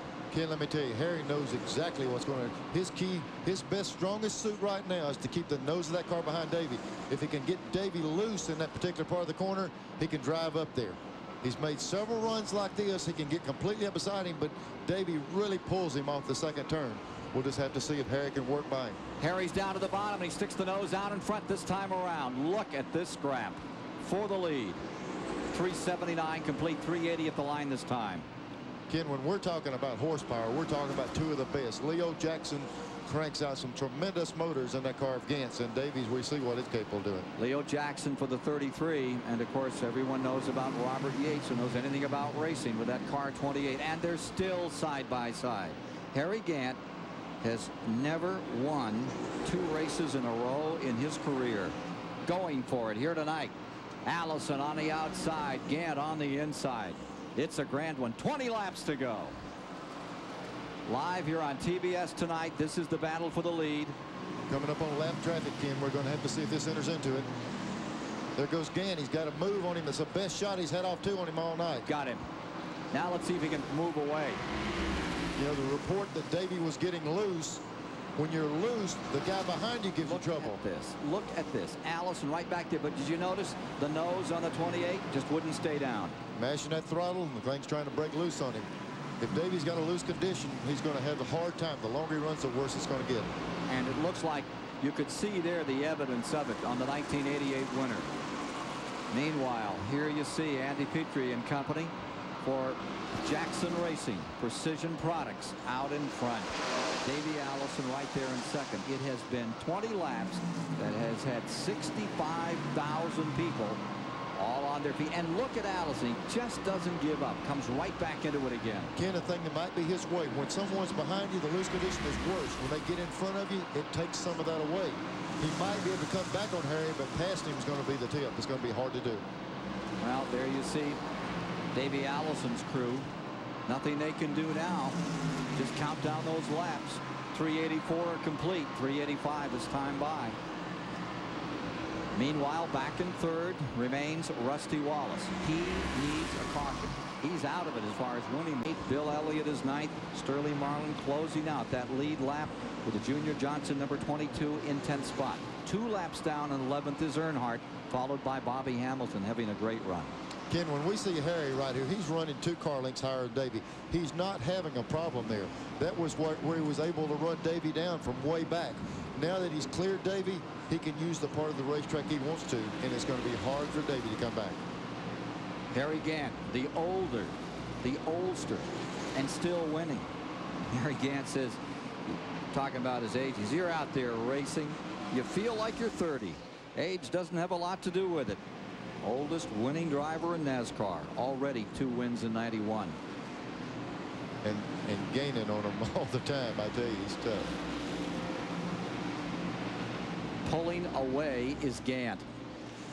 Our eye in the sky this evening provided by the fine folks at Pennzoil Motor Oil. Great shots. Thank you. Now look at that advantage. Laps running down, 12 to go, and it's about an 8-car length look from first to second between Gant and Allison. Gant drawing away. Look at that multitude here tonight. And they say they're going to add a lot more seats to this place. They were sold out 3 months in advance for this, and I think that on a Saturday night, this is going to become one of the hot spots to see American motorsport at its best, Winston Cup racing. Ken, you know, when we had the half-mile racetrack up here, the fans in Virginia really supported this racetrack. And then when they opened this thing up, people went crazy, and we got a chance now to even add more seats. So I feel like these fans are really support racing in this area. Well, keep your eye on car number 33. It's just amazing. Harry Gant just gets better and better. Remember when Hal Needham gave him that opportunity? They brought that new team out, the Bird and Hal team, won that race in October in Charlotte. Of course, we'll be at the 500 in Charlotte coming up first week of October. Hope you'll plan to be with us. Ought to be a dandy. Lake Speed's helmet cam rocketing around inside that Trop Arctic 66 as he continues his battle with Bobby Hamilton, and they're running for position. That's for 12th spot, folks. Bobby Hamilton and Lake Speed have had a dandy fight here tonight. Ken, when you're sitting in that race car, they don't call you and tell you that you're racing for 11th and 12th. They say that man is a position. Clear him. So he's getting word from the pits. We're looking through his camera, but he's listening through that headset, and they're saying, pass this guy. A couple of really fine drivers. And here's Schrader. Oh! Schrader kind of blowing the horn a little bit. Yep, yep. And he's bent something down on the back of the 66 car. There's something rubbing off the back. Wonder if he's got enough time out here. 392 are complete. He's got a handful there. He gave him a big enough shove to go by him, but it also messed up the rear of the car. Ken, you remember when they used to call Harry Gant Mr. Second Place? He finished second on this series 12 times before he finally got that first victory. Harry has not finished second in the last 2 years, but in that time he's won 3 races and could be headed here for 4. He got that $100,000 bonus this year from R.J. Reynolds for the Talladega and Darlington performance. But as pointed out a few moments ago, he has never put 2 in a row together. What a grand finish. He's heading to the 91 season, and a consultation flag is coming out on Lake Speed in the 66. Fighting with Bobby Hamilton, had him covered for a while, gets bumped in the back by the 25 car, and the Trop Arctic machine pulls out of pit road. That's got to be a heartbreaker for Cale Yarborough and company. Ken, it looked like the little roll bar section that protects the fuel cell that busted loose on the car. Miller, genuine draft 400, down to the final 5 laps. Gant out in front, Allison second, Wallace third, Irvin fourth, Ricky Rudd in 5th. Ken, you know, last night after Gant won the race, he was joking. It's way past his bedtime. He usually goes to bed at 8:30. After this, he can get him a good night's sleep. He's got Sunday off. Oh, he'll find something to do. He might go put a roof on or do a little bit of sheetrock work tomorrow. Well, he will. That's his idea. That's his golf game. Just likes to go out and build on things. Speaking of building on things, Davey's building on closing that lead down. There's 4 laps to go, and I don't know if Gant's eased up or what, but Davey's got back in the picture here. Back to turn 3. Final moments as we watch Harry Gant try to win this Miller 400 here at Richmond. What a charge he has put on. Waited that time out. Battle with youth against experience. It's been some show. Down to 3. Here we are, working lap traffic. Backside, Harry Gant smoothly just pulling up through traffic. Didn't he work on Davey Allison inside and outside? Been full-time in Winston Cup racing since 1979. Made over $5 million, but not a year like this one. This is the grand one. Laps running down for Harry Gant, who started this race in 13th position. And he, like WALTRIP so many times, easing up through. Then when he needed to, he went to work, and he has worked hard over the last 16 laps, going for his 14th Winston Cup victory. The white is out on the track for Harry Gant. If he could just keep her between the fences now, he'd be in good shape, Ken. Came into this race 9th in the standings. What a run to the finish this year in Atlanta. Harry Gant can keep this streak going. Here he is coming around for the final time.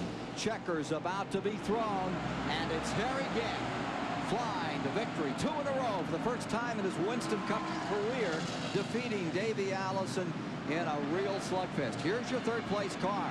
Rusty Wallace didn't win that $120,000 bonus, so now they'll add another $7,600 as they roll down to Dover, Delaware for the next Winston Cup event. Gant's the man of the hour. You'll meet him in a moment here on TBS. Harry Gant winning the Miller 400. Well, let's meet the man who's taken it all here tonight in this raid on Richmond by the Winston Cup stars. Harry Gant is with Chris Economaki. Here we are with a happy winner, Harry Gant. You can't imagine the looks on the crew. They had big, long faces. You were parked there behind Davey Allison for so long. What was the secret in getting by? Well, he was just going, you know, so fast there, and I was running all I had. I had a little more at places, but if I tried to pass him, I couldn't get by, and I was just going to wear my tires out. And it looked better like for me and him to follow each other was getting a lot of distance on everybody else. And I looked over at the scoreboard and we had 20 laps. I said, well, I'm going to try one more time. If I can get by him going, you know. So I got by him, and, you know, it's all I could do to stay in front of him. I thought he was going to catch me back. You're a patient man, Harry. What about that spin? What did you think of when the car went the other way?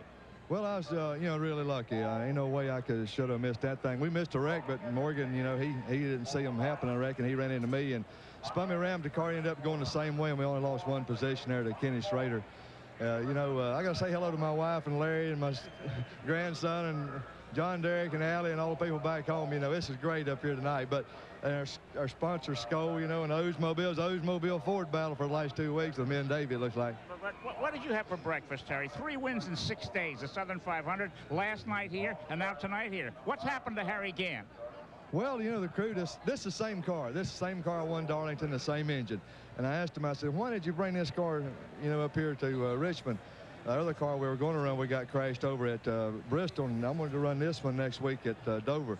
They said, well, it won $100,000. Let's try it again. So I thought they was wrong, but it was right. You're going to have to hire a tax man. Congratulations again, Harry Gant. Thank you very much. Back to you, Ken Squire. Thanks, Chris. Clyde Bolton tells this wonderful story about Harry Gant as a teenager. He was a terror, they say, and he raced all challengers from Dogs Crossing to Paul Payne's store, and he never lost. It was that kind of spirit we saw out here tonight when he whipped them all here at Richmond International Raceway. Down to the STP Pit Center, here's Mike Joy. Well, Nolan Ryan, Jimmy Connors, Harry Gant. It's a great week for the JARRETT set. What the heck.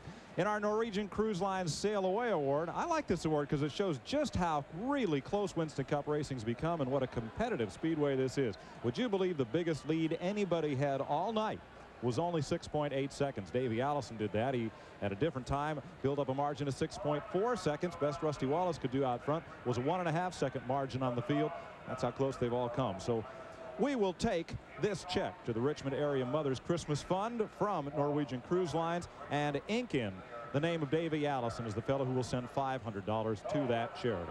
Harry Gant celebrates in Victory Lane, and we'll be back to meet with more of the drivers who finished up front and hear their tales of how the race went here at the Richmond International Raceway when we return right after these messages.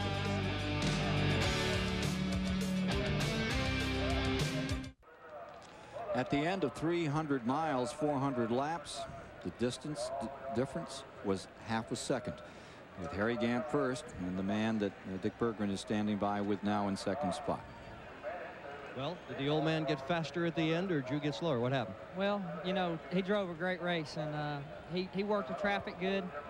Our car got a little bit loose right there at the end of the race, and it's the first time it had been loose all night. And you know, we caught some traffic, and I slid out a little bit. He used the racetrack, got in there, and he put a move on me. He drove a great race, so I want to congratulate him. And you know, we come out of here leading the most laps, finished second.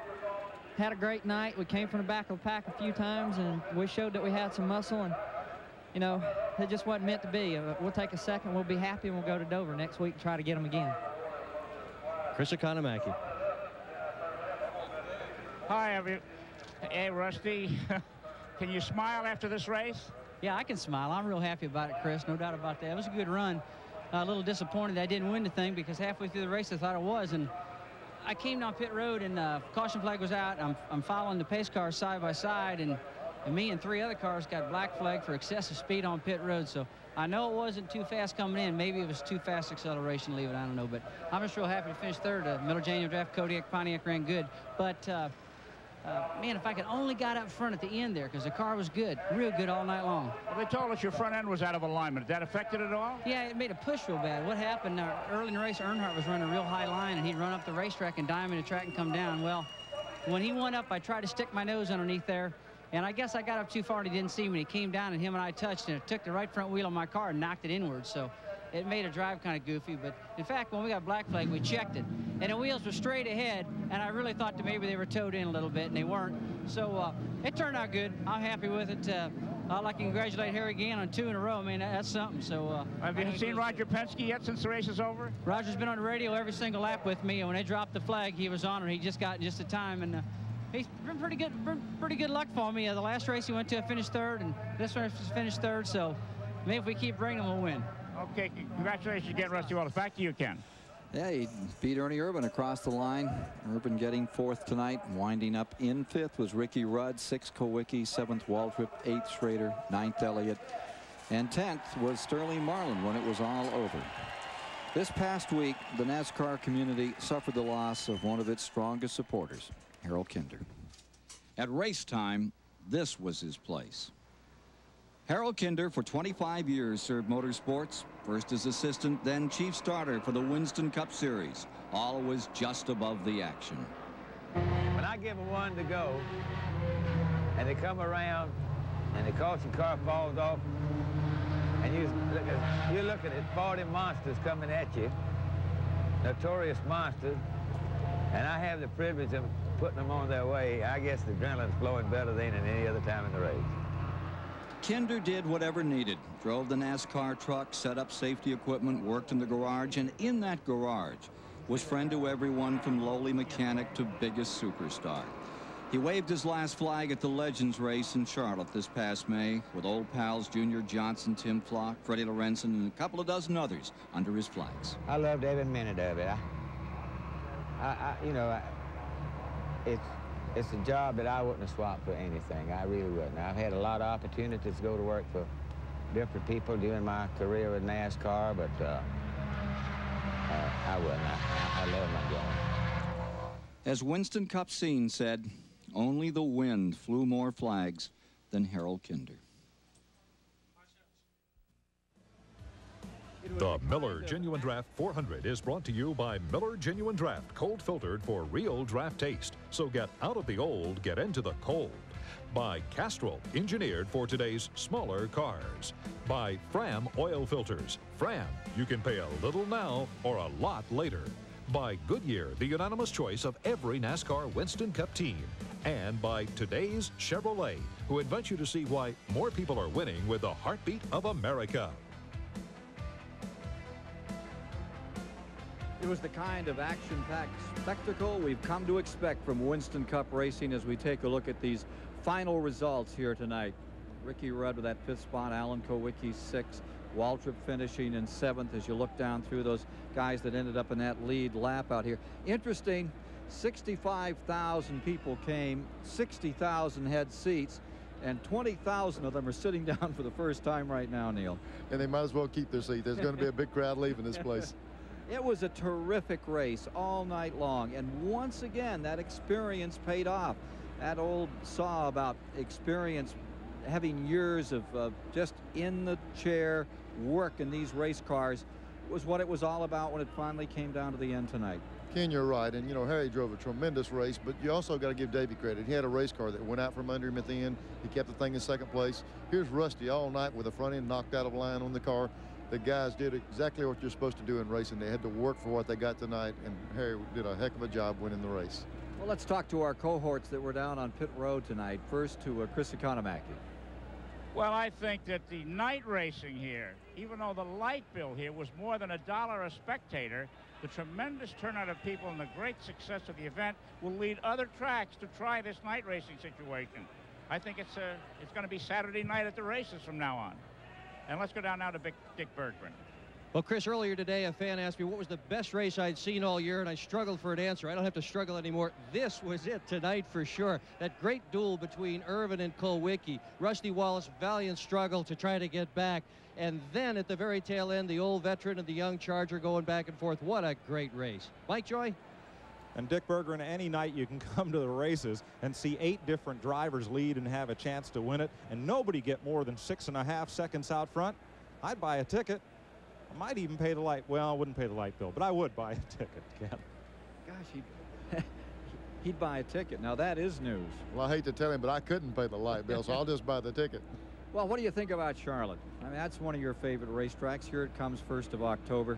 That always is a great race. I think Gant could do it again there. I'll tell you what, when you get on a roll, when any driver, any athlete gets to performing at a certain level, he seems to dig a little bit deeper. And I know one thing, going in there with the motor program they have, they've got a great shot to win the race, but you're getting on some tough turf right there. There's going to be several guys with a chance to win the race. Okay, well, everybody here had a good time. We sure hope you did at home. What a great race we've had. And on behalf of Chris Economaki, Dick Berggren, Mike Joy, Neil Bonded alongside tonight, Kenny Stabler, I'm Ken Squire saying good night from Richmond International Raceway and honoring Harry Gant for an outstanding run in the Miller 400.